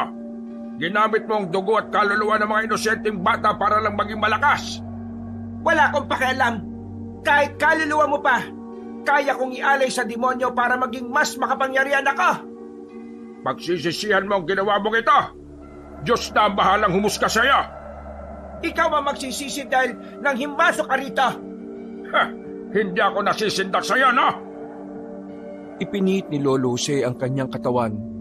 Susuntukin sana niya si Locusta, ngunit bago pa man niya magawa ang kanyang nais, sinakal na siya ng pinuno ng mga aswang. Ibinitin siya nito at mas lalo pang hinikpitan ang pagkakasakal sa kanya. Sinikap naman na matanda ang makawala, ngunit unti-unti siyang nanghina. Subalit nang maalala niya ang ginawa ni Locusta sa kanyang alalay at maging sa mga batang biniktima ng naturang aswang, humugot siya ng kanyang lakas. Sinubukan niyang sipain si Locusta, pero nagawang masalag ng pinuno ng mga aswang ang kanyang paa. Pagkatapos nito, buong lakas siyang ibinalibag ni Locusta at tumilapon siya sa hindi kalayuan. Ang hina mo! Matanda ka na nga! Dapat ka nang magpahinga! Ayop ka! Magbabayad ka sa akin! Hindi mo ako mapapatay ng basta-basta! Kung totoo ang sinasabi mo, sige, bumangon ka! Tapusin na natin ang laban na ito!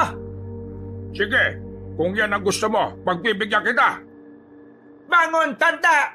Bangon! Umanda ka sa akin! Gaganti ako sa iyo! Titiyakin ko mamamatay ka na!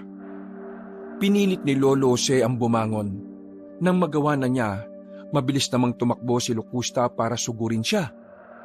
Noong ilang metro na lang ang layo niya sa matandang albularyo, lumundag siya para sunggaban si Lolo Jose. Napailing naman ang matandang albularyo at umusal ng orasyon para tigalpuhin si Locusta. Subalit nagulat siya nang hindi man lang tinablan ng kanyang inusal ang pinuno ng mga aswang. Walang ano-ano, lumapag si Locusta sa kanyang harapan. Ramdam na matandang albularyo ang kakaibang lakas ng aswang. Pero hindi siya nabahala rito. Ano kung kinakabahan ka na? Malas mo lang dahil sumugod ka rito. Kahit kailan, hindi ako kakabahan sa'yo. Kaya kong ubusin lahat at inuunti-unti ko na ang mga kalahi mo rito. Ha! Nagkakamali ka. Dahil sa aking bagong kapangyarihan, kaya ko silang buhayin ulit. Bago mo magawa yan, wala ka ng buhay, Locusta. Bakit? Anong inaakala mo? Kaya mo ko? Nagkakamali ka. Ang dapat sa mga kagaya mo, sinasakal hanggang sa mawalan na ng buhay. Kung mamamatay man ako, isasama kita. Sige, gawin mo kung ano man ang nais mo. Ganun ba? Pagbibigyan kitang matanda ka. Demonyo ka na nga talaga, Locusta. Ang dapat sa iyo ay pugutan ng ulo gamit ang pamugot ng Diyos ng Anihan. Gawin mo at nang malaman natin kung hanggang saan ang kakayahan mo. Diyos ng Anihan! Diyos na pumupugot ng ulo ng ibang Diyos!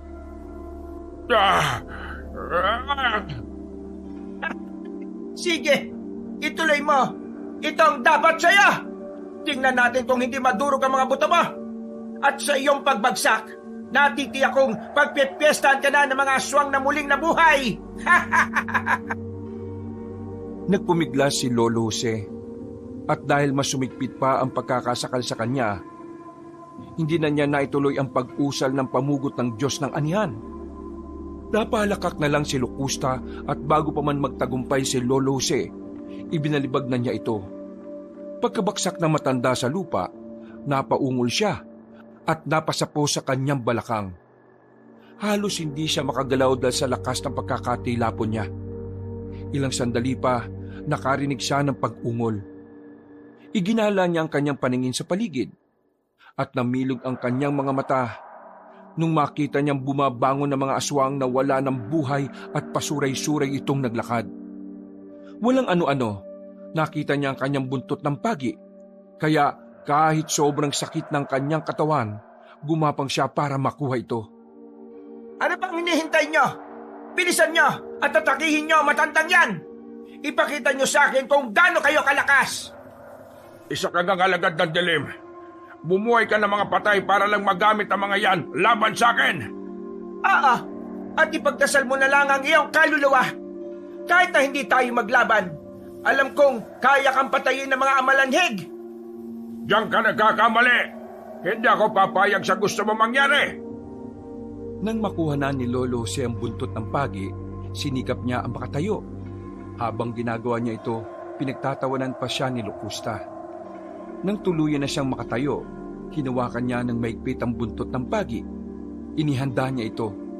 Dahil papalapit na ang mga aswang na muling nabuhay. Alam niyang hindi na basta-basta ang magiging laban niya, sapagkat napakaraming mga aswang ang bumangon. Nagsisipa siya kung bakit hindi lahat ay ginamitan niya ng orasyon upang matunaw o maging abo. Dahil nasa ganong sitwasyon na siya, minabuti niyang humingi na lang ng gabay sa mga espiritong umaalalay sa kanya. Umusal na rin siya ng orasyon at ikinarga sa buntot ng pagi para mas maging mabisang panlaban ito sa mga amalanhig. Ikaw ang uunahin ko. Tignan na lang natin kung ano pa ang magagawa ng mga amalanhig mo. Sige, sumugod ka rito. At tinitiyak kung bago ka makarating, kinukuyog ka na ng mga kasamahan ka. Sobrang itim ng budi mo. Hindi ka nararapat dito sa lupa. Sa impyerno ka nababagay. At anong akala mo sa sarili mo? Banal? Sa impyerno rin ang bagsak pa. Wala akong pakialam kung saan ako babagsak. Basta, ginagawa ko lang kung ano ang tama at nararapat. Matanda ka na nga. Mabilis na humakbang si Lolo Jose para sugurin ang pinuno ng mga aswang.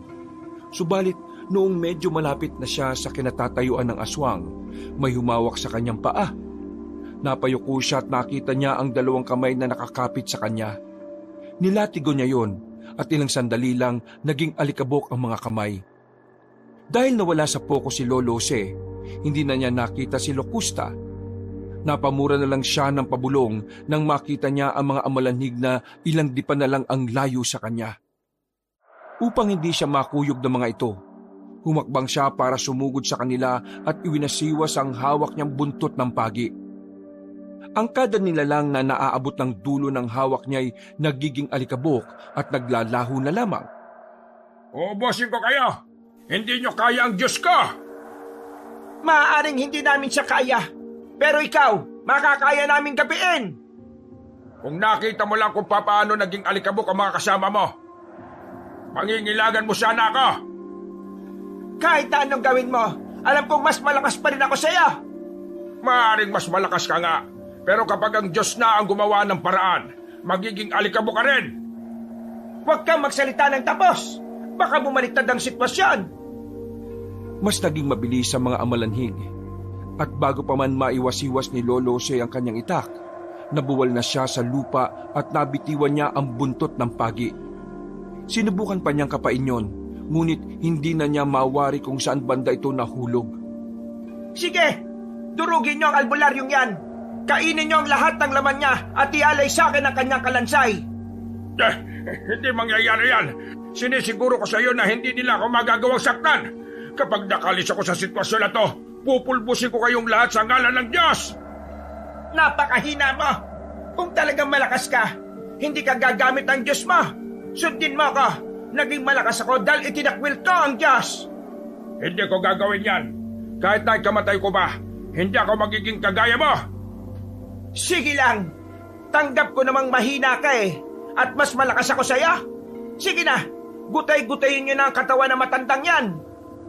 Pagbabayaran niyo ang ginawa niyong to sa akin! Magbabayad kayo! Habang kinukuyog ng mga amalanhig si Lolo Jose, sinikap niya ang maging kampante. Alam niyang hindi naman siya magagawang sugatan ng mga amalanhig. Ang problema lang niya, baka kumalat ang mga amalanhig na yon at bumaba sa kanayunan. Dahil dito, nagpasya siyang umusal ulit ng pangtigalpo para mapako ang mga nilalang sa kanilang kinatatayuan. Pagkausal niya, natigilan ng mga ito. Hindi naman niya inaksaya ang panahon na tumalis siya sa kanyang pwesto. Nung makita niya ang buntot ng pagi, dinampot niya ito saka humarap sa kinaroroonan ni Locusta. Napakunot noon na lang siya sabay linga sa paligid nang hindi na niya makita ang pinuno ng mga aswang. Magpakita ka sa akin, Locusta! Ako ang harapin mo! Hindi mo ba natatapos ang laban mo sa mga amalanhig? Tapusin mo yan at magpapakita ako sa iyo!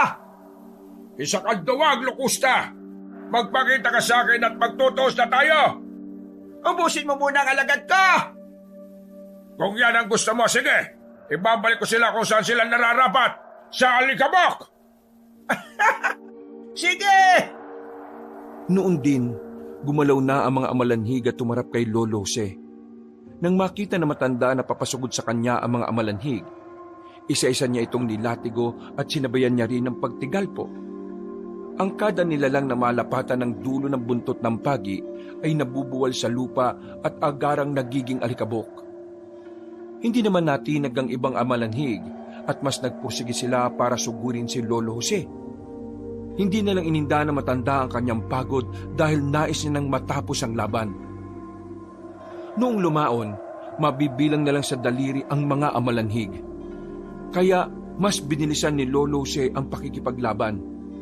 Napabuntong hininga na lang siya noong mawari niyang wala nang natira roon. O paano ba yan? Kumusta mga kasama mo? Ngayon, mag-isa ka na lang. Magpakita ka sa akin at tapusin na natin to. Hindi! Hanapin mo ako! Kapag nahanap mo ako, pauulakan ko ang hamon mo! Tuso ka talaga, Locusta. Pero kakagating ko yung sinabi mo.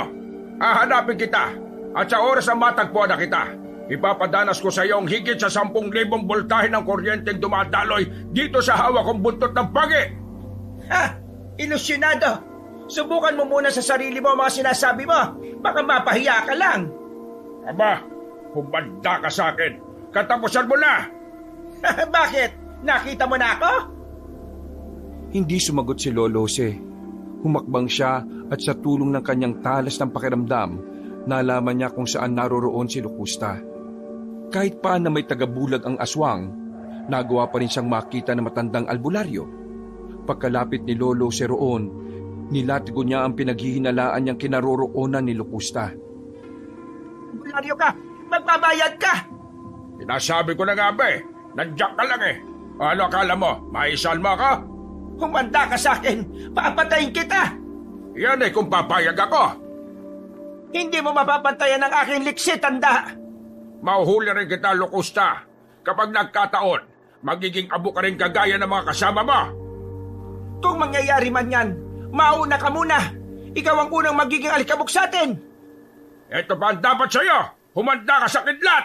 Anong ginawa mo? Ang init! Napapaso ako! Kulang pa yan. Simpleng kidlat pa lang yan. Ngayon, ipapatikim ko sa iyo ang kidlat ng Arkanghel na si Metatron. Ito ang dapat sa mga kagaya mo. Wag mong gawin yan! Maawa ka! Hindi na uso ang awa sa mga kagaya mong naibeta na ang katawan sa demonyo. Sige, gawin mo na nang masukat natin kung hanggang saan nakapangyarihang taglay mo. Ito ang dapat sa iyo. Kidlat ni Metatron! Umusal ng orasyon si Lolo Jose at kasabay nito, hinagupit niya ng buntot ng pagi si Locusta. Susugod pa sana ang pinuno ng mga aswang para pigilan siya sa kanyang ginagawa, pero tumama na ang dulo ng buntot ng pagi sa katawan nito. Kasabay ng paglapat ng buntot ng pagi sa katawan ng aswang, tumilapon yun at naging tahimik na. Napangiti na lang si Lolo Jose dahil alam niya sa lakas ng boltahe ng kidlat na nagmula kay Metatron, tiyak na hindi na mabubuhay pa ang aswang. Maglalakad na sana siya para puntahan ang bangkay ni Salvador, ngunit nakarinig siya ng pag-ungol. Napansin na rin niyang nag-iba ang ihip ng hangin at kahit na malakas ang kanyang loob, nakaramdam siya ng pangingilabot. Itinuon niya ang kanyang pansin kay Locusta at namulagat ang kanyang mga mata nang makita ang itim na usok na umaaligid dito. Kalaunan, pumasok sa katawan ng pinuno ng mga aswang ang naturang usok at mas lumakas ang pag-ungol nito. Talagang isa kang demonyo. Kidlat ni Metatron na ginamit ko sa iyo. Pero nagawa mo pa rin makaligtas. Yan ba ang epekto ng padalugo mo? Nagulat ka ba? Dahil ba ang nangyari kaysa sa iyong inaasahan? Buhay ako at gaganti ako sa iyo. Alam kong demonyo na ang nasa loob mo at hindi na ako papayag na magreyna-reynahan ka rito. Hindi mo lang maamin sa sarili mo na mas malakas ako sa iyo. Kahit na mas malakas ka sa akin, susuko ka pa rin sa Diyos. Yan lang ang katapat mo. Nakasisiguro ka ba? Wala kang nagawa sa akin ng kidlat ni Metatron, hindi ba? Kung sa unang pagkakataon ay hindi ka namatay, ngayon, sisiguraduhin ko na talagang magiging alikabok ka. Susunugin ko pati ang iyong kaluluwa. Huwag kang magsalita na para kang malakas. Umaasa ka lang naman sa karunungan mo. Napailing si Lolo Jose. Noon din, humakbang siya para lapitan si Locusta. Nilatigon niya ulit ito, subalit natigilan siya nung magawang hawakan ng aswang ang buntot ng pagi niya. Sinubukan niya itong hilahin, pero hindi binitiwan ni Lolo Jose ang hawak niya. Dahil dito, tumilapon ng matandang albularyo at mas malakas ang pagbagsak niya kaysa sa nauna. Nabitiwan niya ang buntot ng pagi at hindi na rin niya naigalaw ang kanyang katawan. Kinutuban siya ng hindi maganda nang makita niyang bumangon si Locusta. Nagdasal siya ng taimtim sa Diyos at umasang mapoprotektahan siya nito. Ngayon mo sabihing malakas ka. Sa palagay ko, nadurog na ang iilang buto mo. At hindi ako kontento riyan. Kailangan lahat ng buto mo durog. Halika, lumapit ka rito nang makita mo kung anong hinahanap mo. Akala mo ba hindi ko nababasa? Hindi ka na makagalaw. Magagawa ko na kung ano man ang aking gustong gawin sa'yo. Diyan ka nagkakamali. Matagal ko nang pinag-aralan ng bagay na ito.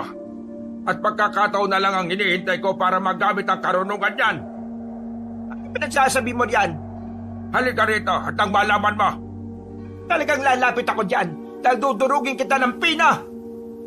Sige lang, gawin mo kung ano man ang gusto mo. Pagapang na lumapit si Locusta kay Lolo Jose. Nung nasa harapan na siya ng matanda, ngumisi siya ng nakakaloko. Mas lalo ring nagbaga ang kanyang mga mata at sobrang itim na ng kanyang aura. Sinikap na matanda ang makagalaw, ngunit binuhat siya ng pinuno ng mga aswang at ilang beses na ibinalibag. Napaungol na lang si Lolo Jose. At kahit ganoon ang ginagawa sa kanya ng kanyang kalaban, hindi siya pinanghinaan ng kanyang loob. Sa bawat pagbalibag ni Locusta sa kanya, naramdaman niya ang pagbali ng kanyang buto. Subalit lingid sa kaalaman ng pinuno ng mga aswang, ginamit ni Lolo Jose ang pagkakataong yon upang gamitin ang iba pang karunungang nakapaloob sa aral ni Metatron. Hindi mo ako kaya. Papatayin kita at tuluyang malilipol ang mga aswang dito. Hindi mo magagawa yan. Kung hindi ka natuluyan dahil sa ginawa ko, ngayon, titiyakin kong mamamatay ka na. Gawin mo kung anong gusto mo. Kapag nakaligtas ako, titiyakin kong ikaw na ang mawawala ng buhay. Ha? Hinahamon mo talaga ako, ha? Muling binuhat ni Locusta si Lolo Jose. Hindi naman umimik ang matanda at hinayaan na lang ang pinuno ng mga aswang. Muli siya nitong ibinalibag at sa pagkakataong yon, tumama ang katawan ng albularyo sa malaking bato. Napaungol na lang si Lolo Jose dahil sa matinding sakit. Subalit dahil may tiwala siya sa kanyang kabal, alam niyang panandalian lang ang sakit na kanyang nararamdaman. Habang nakatihaya ang matandang albularyo sa malaking bato, lumundag si Locusta at umibabaw sa kanya. Naamoy ko na ang iyong laman loob. Ano kaya ang lasa niyan? Bakit hindi mo subukan? Yan ay kung kaya mo ang aking kabal. Subukan mo munang malusutan ang aking kabal at magagawa mo na kung ano man ang nais mo. Sige, kung yan ang kagustuhan mo, yan ang masusunod. Gawin mo na at ang makuha mo ng aking puso't atay. Huwag kang magmadali, tanda. Inaakala mo bang hindi ko magagawa? Ha! Nagkakamali ka! Tumingala si Locusta at napansin ni Lolo Jose ang pagbabago ng anyo nito. Naging kulay itim ang mga mata ng babae at tila nagkaroon ng kaliskis ang kanyang balat. Alam ni Lolo Jose na paunti-unti nang sinasakop ng demonyo ang katauhan ni Locusta. Kaya bahagya siyang nabahala. Subalit sa halip na ipakita rito ang kanyang pag-aalala, nilakasan na lang niya ang kanyang loob. Akmang bibiyakin na sana ni Locusta ang kanyang tiyan, umusal ng dasal si Lolo Jose na naging rason para biglang tumilapo ng aswang at mapasigaw. Ha! Ngayon, matutunghayan mo ang mas malakas na kidlat na higit pa sa ginamit ko kanina. Anong ginawa mo? Hindi ito maaari. Hindi ako mamamatay. Ang init nito. Nasusunog ako. Ngayon, bumangon ka at ipakita mo sa akin kung hanggang saan nakakayahan ng mga demonyong kakampi mo. Papatayin kita. Kahit isa na akong kaluluwa, papatayin kita. Yan ay kung magagawa mo pa. Paniguradong pagkatapos nito, sunog pati kaluluwa mo. Walang iya ka. Itigil mo ang ginagawa mo. Humanda ka sa akin. Papatayin kita. Hindi ko hayaang mabuhay ka pa. Ngayon, alam mo na kung gaano kalakas ang kapangyarihan ko. Malakas nga, pero hindi mo pa rin ako napapatay. Sige, kung ayaw mong itigil yan, patayin mo na lang ako. Ay talagang papatayin kita, aswang ka. Aray! Lakasan mo pa! Hindi mo ako mapapatay kung yan lang ang gagamitin mo! Mas mataas pa ang antas ng demonyong kakampi ko kaysa sa pinagmula ng aral na ginagamit mo! Lakasan mo pa! Eh kung yan ang hiling mo, yan ang masusunod. Ngayon, sisiguraduhin kong madudurog ang lahat ng buto mo at masusunog na sa impyerno ang kaluluwa mo. Gawin mo na! Pinakamalakas na kidlat ni Metatron! Isang malakas na pagsigaw na lang ang nagawa ni Locusta. Alam ni Lolo Jose na nagawa na niyang patayin ng aswang. Kaya nagpasalamat siya sa Diyos at maging kay Metatron. Dahil hindi pa niya nagawang igalaw ang kanyang katawan, kaya nanatili siya sa ganoong pwesto. Pinagmasdan niya ang pinuno ng mga aswang at naaaninag pa niya ang kidlat na dumadaloy sa katawan nito. Hintay pa ni Lolo Jose na muli itong gumalaw. At nang makita niyang wala ng palatandaan ng buhay si Locusta, naging sigurado siyang patay na ito. Dulot ng pagod, ipinikit na matanda ang kanyang mga mata. Sa hindi inaasahan, nilukob siya ng antok at tuluyan siyang nakaidlip. Nawala sa isipan niya ang panganib na nasa paligid niya. Makalipas ang ilang oras, Ay, gumising ka! Hindi pa tapos ang ating laban! Sino ka?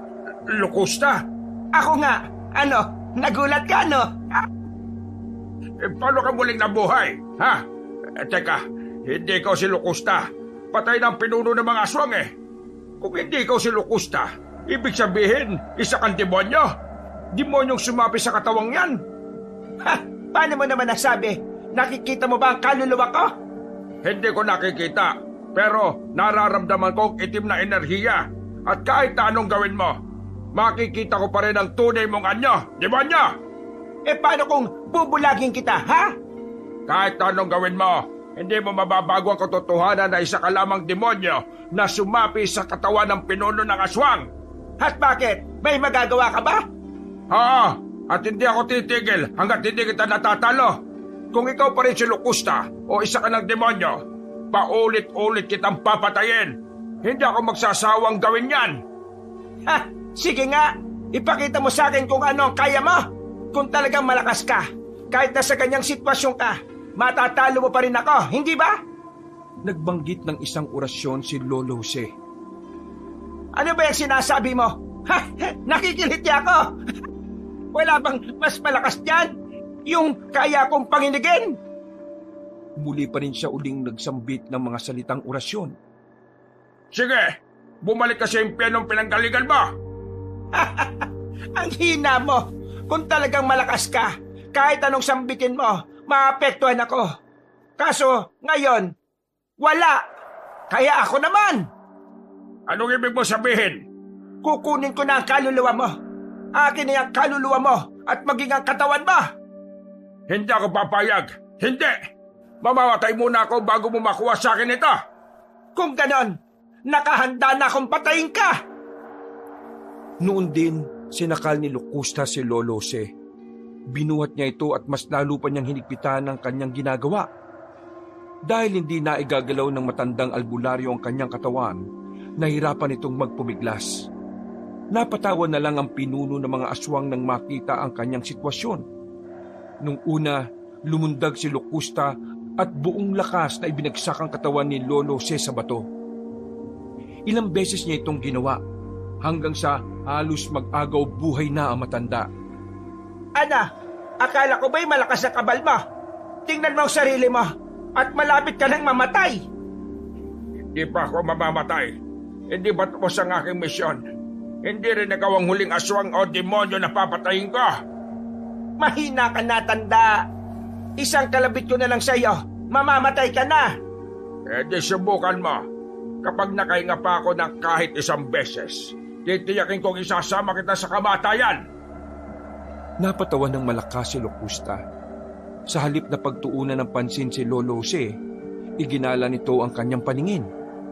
Nung makita naman na matandang albularyo ang ginagawa ni Locusta, hindi na ito nag-aksaya ng pagkakataon. Ginamit niya ang isa sa mga ipinagbabawal na kaalaman ng kanyang dating maestro. Kahit na alam niyang manganganib din siya, pinili pa rin niyang gamitin ang karunungang lihim na nagmula kay Haring Nunong Kamatayan. Ha? Anong nangyayari? Bakit biglang naging mainit ang ihip ng hangin? Bakit parang may ibang presensya rito? Tignan natin kung hindi ka pa mamamatay. Hindi ako papayag na magkasik ka pa ng lagim dito. Ha? Anong ginagawa mo? Simple lang. Tinawag ko ang Haring Nunong Kamatayan. At ngayon, nakatayo siya sa tabi ko at kinagabayan niya ako. Mauta ka talaga, tanda. Ang importante, hindi ako kasing tuso mo. Papatayin kita, matanda ka. Kahit sino pang tawagin mo, wala akong pakialam. Sinubukang buhatin ulit ni Locusta si Lolo Jose. Sinikap niyang magawa yon, ngunit nabigo siya. Napangiti na lang ang matanda at unti-unti na rin itong naigagalaw ang kanyang katawan hanggang sa tuluyan na siyang makatayo. Paano? Nagulat ka ba sa nangyari?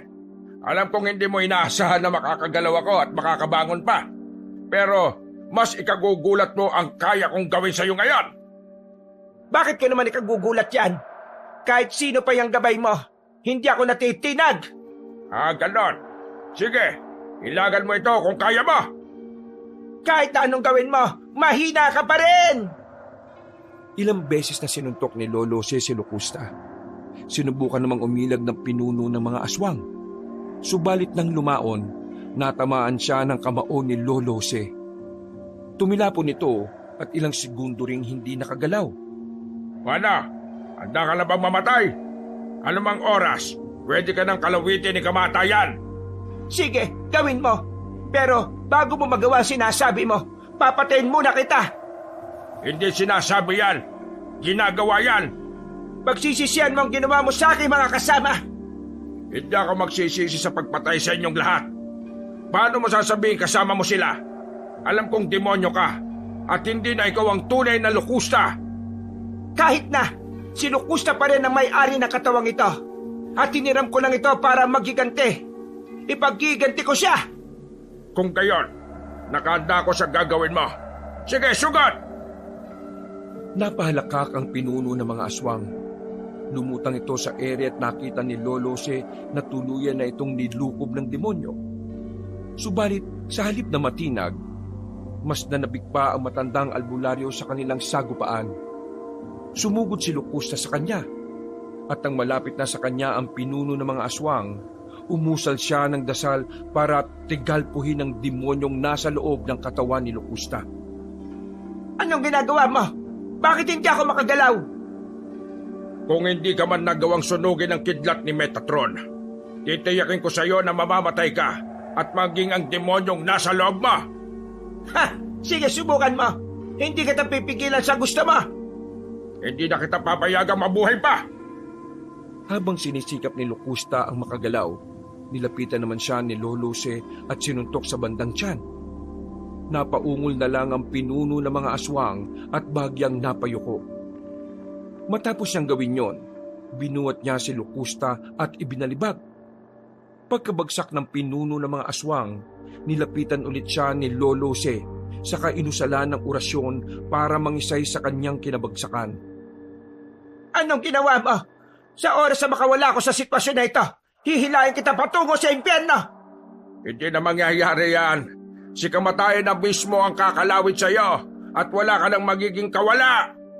Hindi mo magagawa sa akin yan. Ikamamatay mo rin kapag gagawin mo ang sinabi mo. Ikamamatay ko kung mahina ang poder ko. Pero alam kong malakas ito. Kung gayon, tunghayan na lang natin. Pero hindi muna. Hindi pa ako nakukontento sa aking ginagawa sa iyo eh. Ipaparanas ko muna sa iyo ang sakit na iilan lang ang nakakaranas. Mapalad ka ngayon dahil isa ka sa unang paggagamitan ko nito. Hindi alam ni Locusta kung ano ang ibig sabihin ng matandang albularyo. Sinikap pa niyang pigilan ng kanyang sarili sa pagkisay hanggang sa magawa niya yon. Noon din, sinubukan niyang bumangon. Nakita naman ni Lolo Si ang gustong gawin ng pinuno ng mga aswang. Kaya sinipa niya ito ng buong lakas. Bago pa man bumagsak sa lupa si Locusta, umusal na ng orasyon si Lolo para patamaan ng espiritual na sibat ang pinuno ng mga aswang. Napaungol na lang si Locusta at pagbagsak nito sa lupa, napako siya roon. Alam ni Lolo Si na hindi na makagalaw ang nilalang kaya nilapitan niya yon saka pinadipa ito. Matapos siyang gawin yon, ipinako niya rin ang mga kamay at paa ni Locusta. Patayin mo na lang ako! Huwag mo na akong pahirapan! Unghang, alam kong hindi ka si Locusta, kaya hindi ka nasasaktan sa aspetong pisikal. Hindi bale. Titirahin kita at lalabanan sa paraang espiritual. Sige, gawin mo na! Gusto kong maranasan ng sakit na gagawad mo sa akin! Yan talaga ang gusto ko. Unti-unti kitang papatayin hanggang sa masunog ka, Diablo! Kung Diablo ako, ano naman ang tawag sa'yo? Hindi mo nga tinulungan ng alalay mo, hindi ba? Tumahimik ka! Gigilitan kita ng leg! Sarili mo lang kasi ang iniisip mo. Ayaw mong malalamangan ka. Sinabing tumahimik eh. Hindi mo alam kung gaano ako nagsisisi sa nangyari. Wala kang alam! Hindi ba? Kaya mo namang kontrahin ng signos ng mga planeta sa kanya? Pwede mong gawin ang isa sa mga dasal ng Haring Nunong Kamatayan. Ayaw mo talagang tumigil sa pagsasalita, ha? Pagsisisihan mo nagsalita ka ba? Bakit? Anong gagawin mo? Hindi sumagot si Lolo Jose. Napangiti na lang siya at umusal kagad siya ng orasyong pangtigalpo para madurog ang buto ni Locusta. Ilang sandali lang, napaungol ang pinuno ng mga aswang. Sinubukan nitong gumalaw, pero mas lalo lang siyang napaungol. Alam ni Lolo Jose na kahit hindi na makagalaw ang pinuno ng mga aswang, ay kaya pa rin magpakitang gilas ng demonyong nakasapi sa kanya. Dahil dito, hindi siya nakampante. Kahit anong gawin mo, wala ka na magagawa. Durog na ang buto ng katawan mo kung saan ka sumampa. Durog na nga ang katawan na ito. Pero may isang katawan pa akong maaaring sapian. Ha? Anong ibig mo sabihin? Wala. Bakit ko naman sasabihin sa'yo? Dahil mamamatay ka na. Kakaluwitin ka na ni Nunong Kamatayan. Sige, kilitiin mo lang ulit ako. Bago pa man makagawa ng susunod na aksyon niya si Locusta, inusal na ni Lolo Jose ang panawag sa 7 kalawit ng Haring Nunong Kamatayan. Itinira niya yon kay Locusta at naging dahilan ito para mapaungol yun. Habang gumagawa ng nakakapangilabot na ingay ang pinuno ng mga aswang, nakita ni Lolo Jose ang maitim na usok na mabilis na lumalabas sa kanyang katawan. Sinundan niya ng tingin ito at kinutuban siya ng hindi maganda.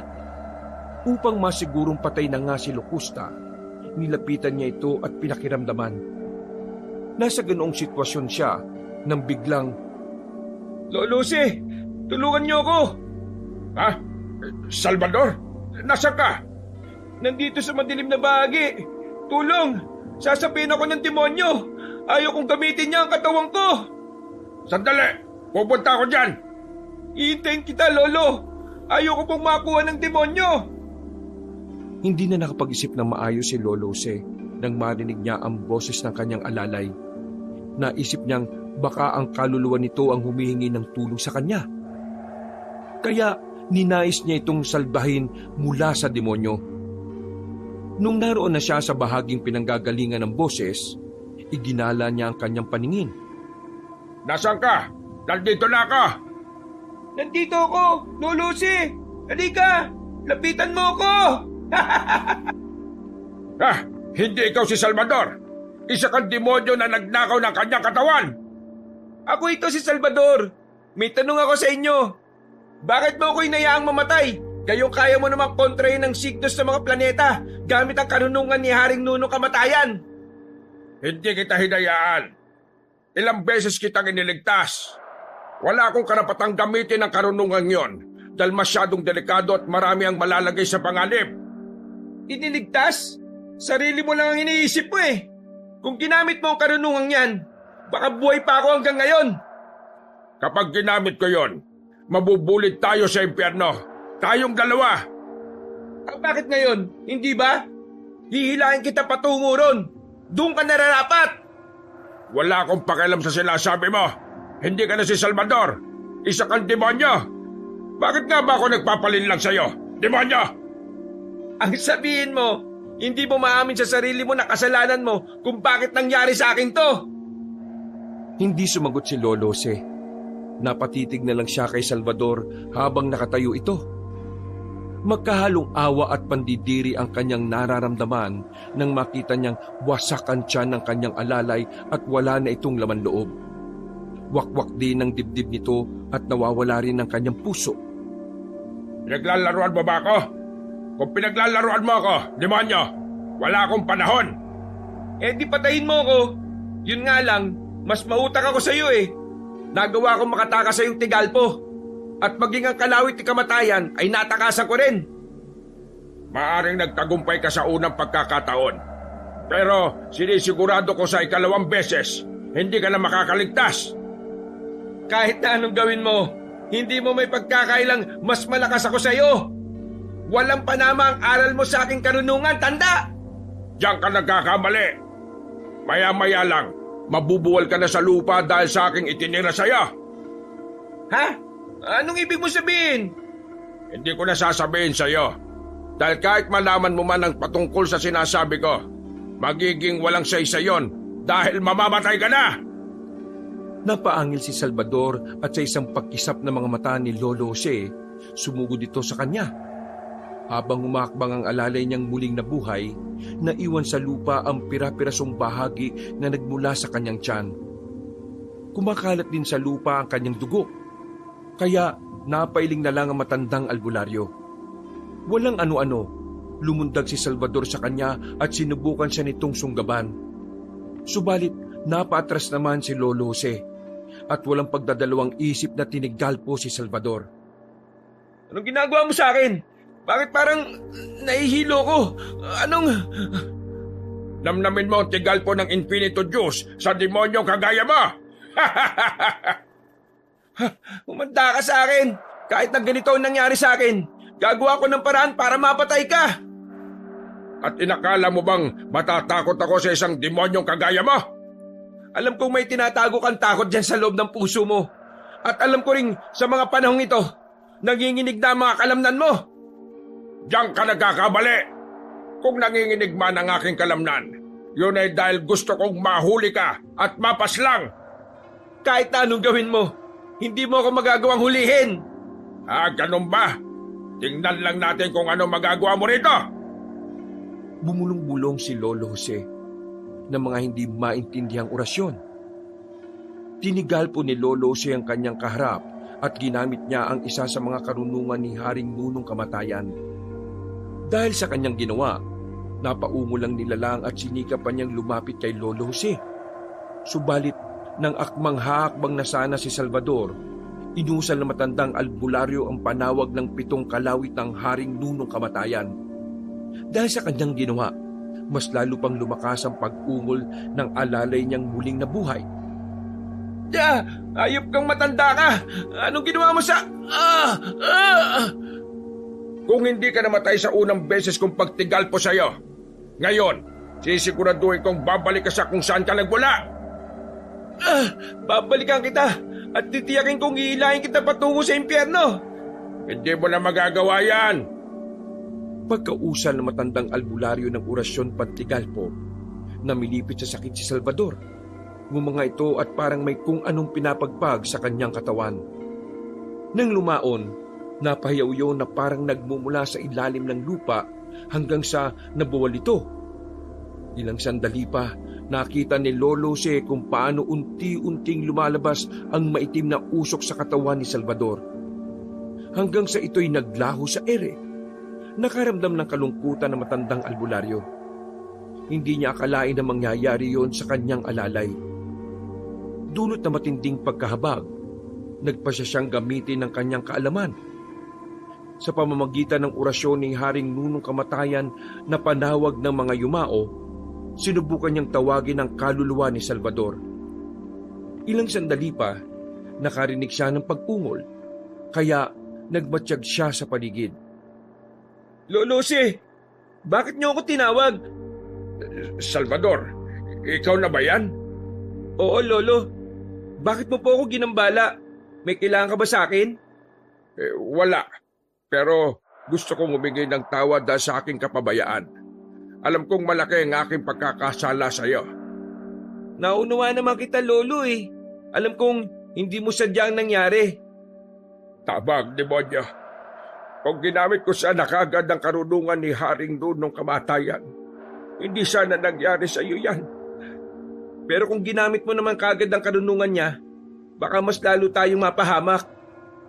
Ngunit dahil sa aking kapabayaan, yan ang nangyari sa iyo. Patawarin mo ako, Salvador.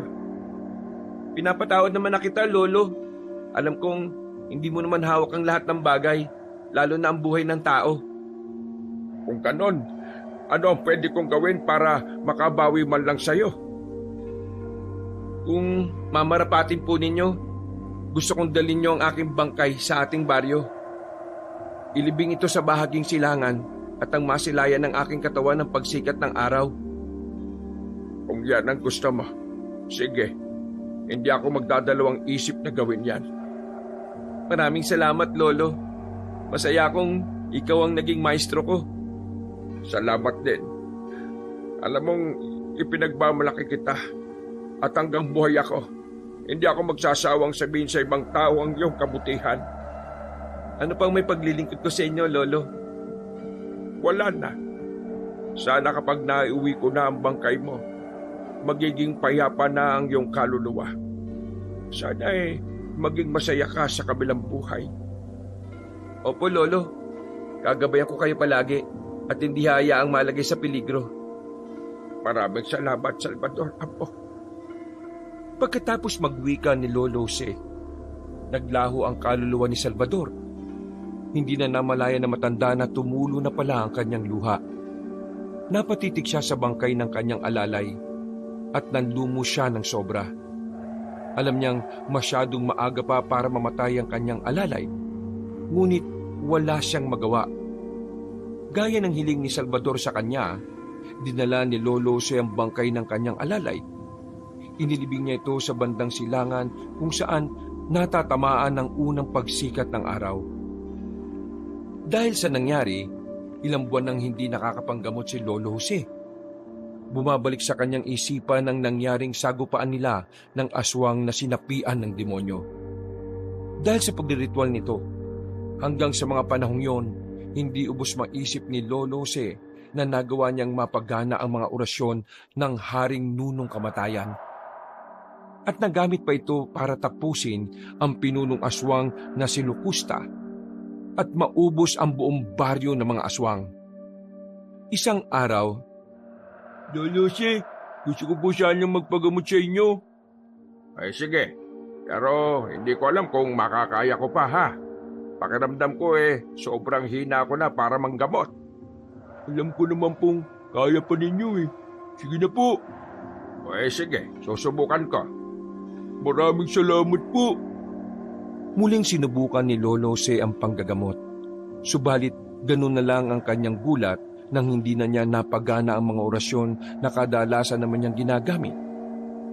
Nagkaroon siya ng hinalang may nangyayari sa kanya, kaya napatulala siya dahil sa kakaisip. Lolo Jose, ayos lang po kayo? Hindi ko alam. Mukhang hindi ko na napapagana ang mga orasyon. Hindi. Paniguradong nadiskomunyon ako at maging ang kakayahan kong manggamot. Paano nangyari yun?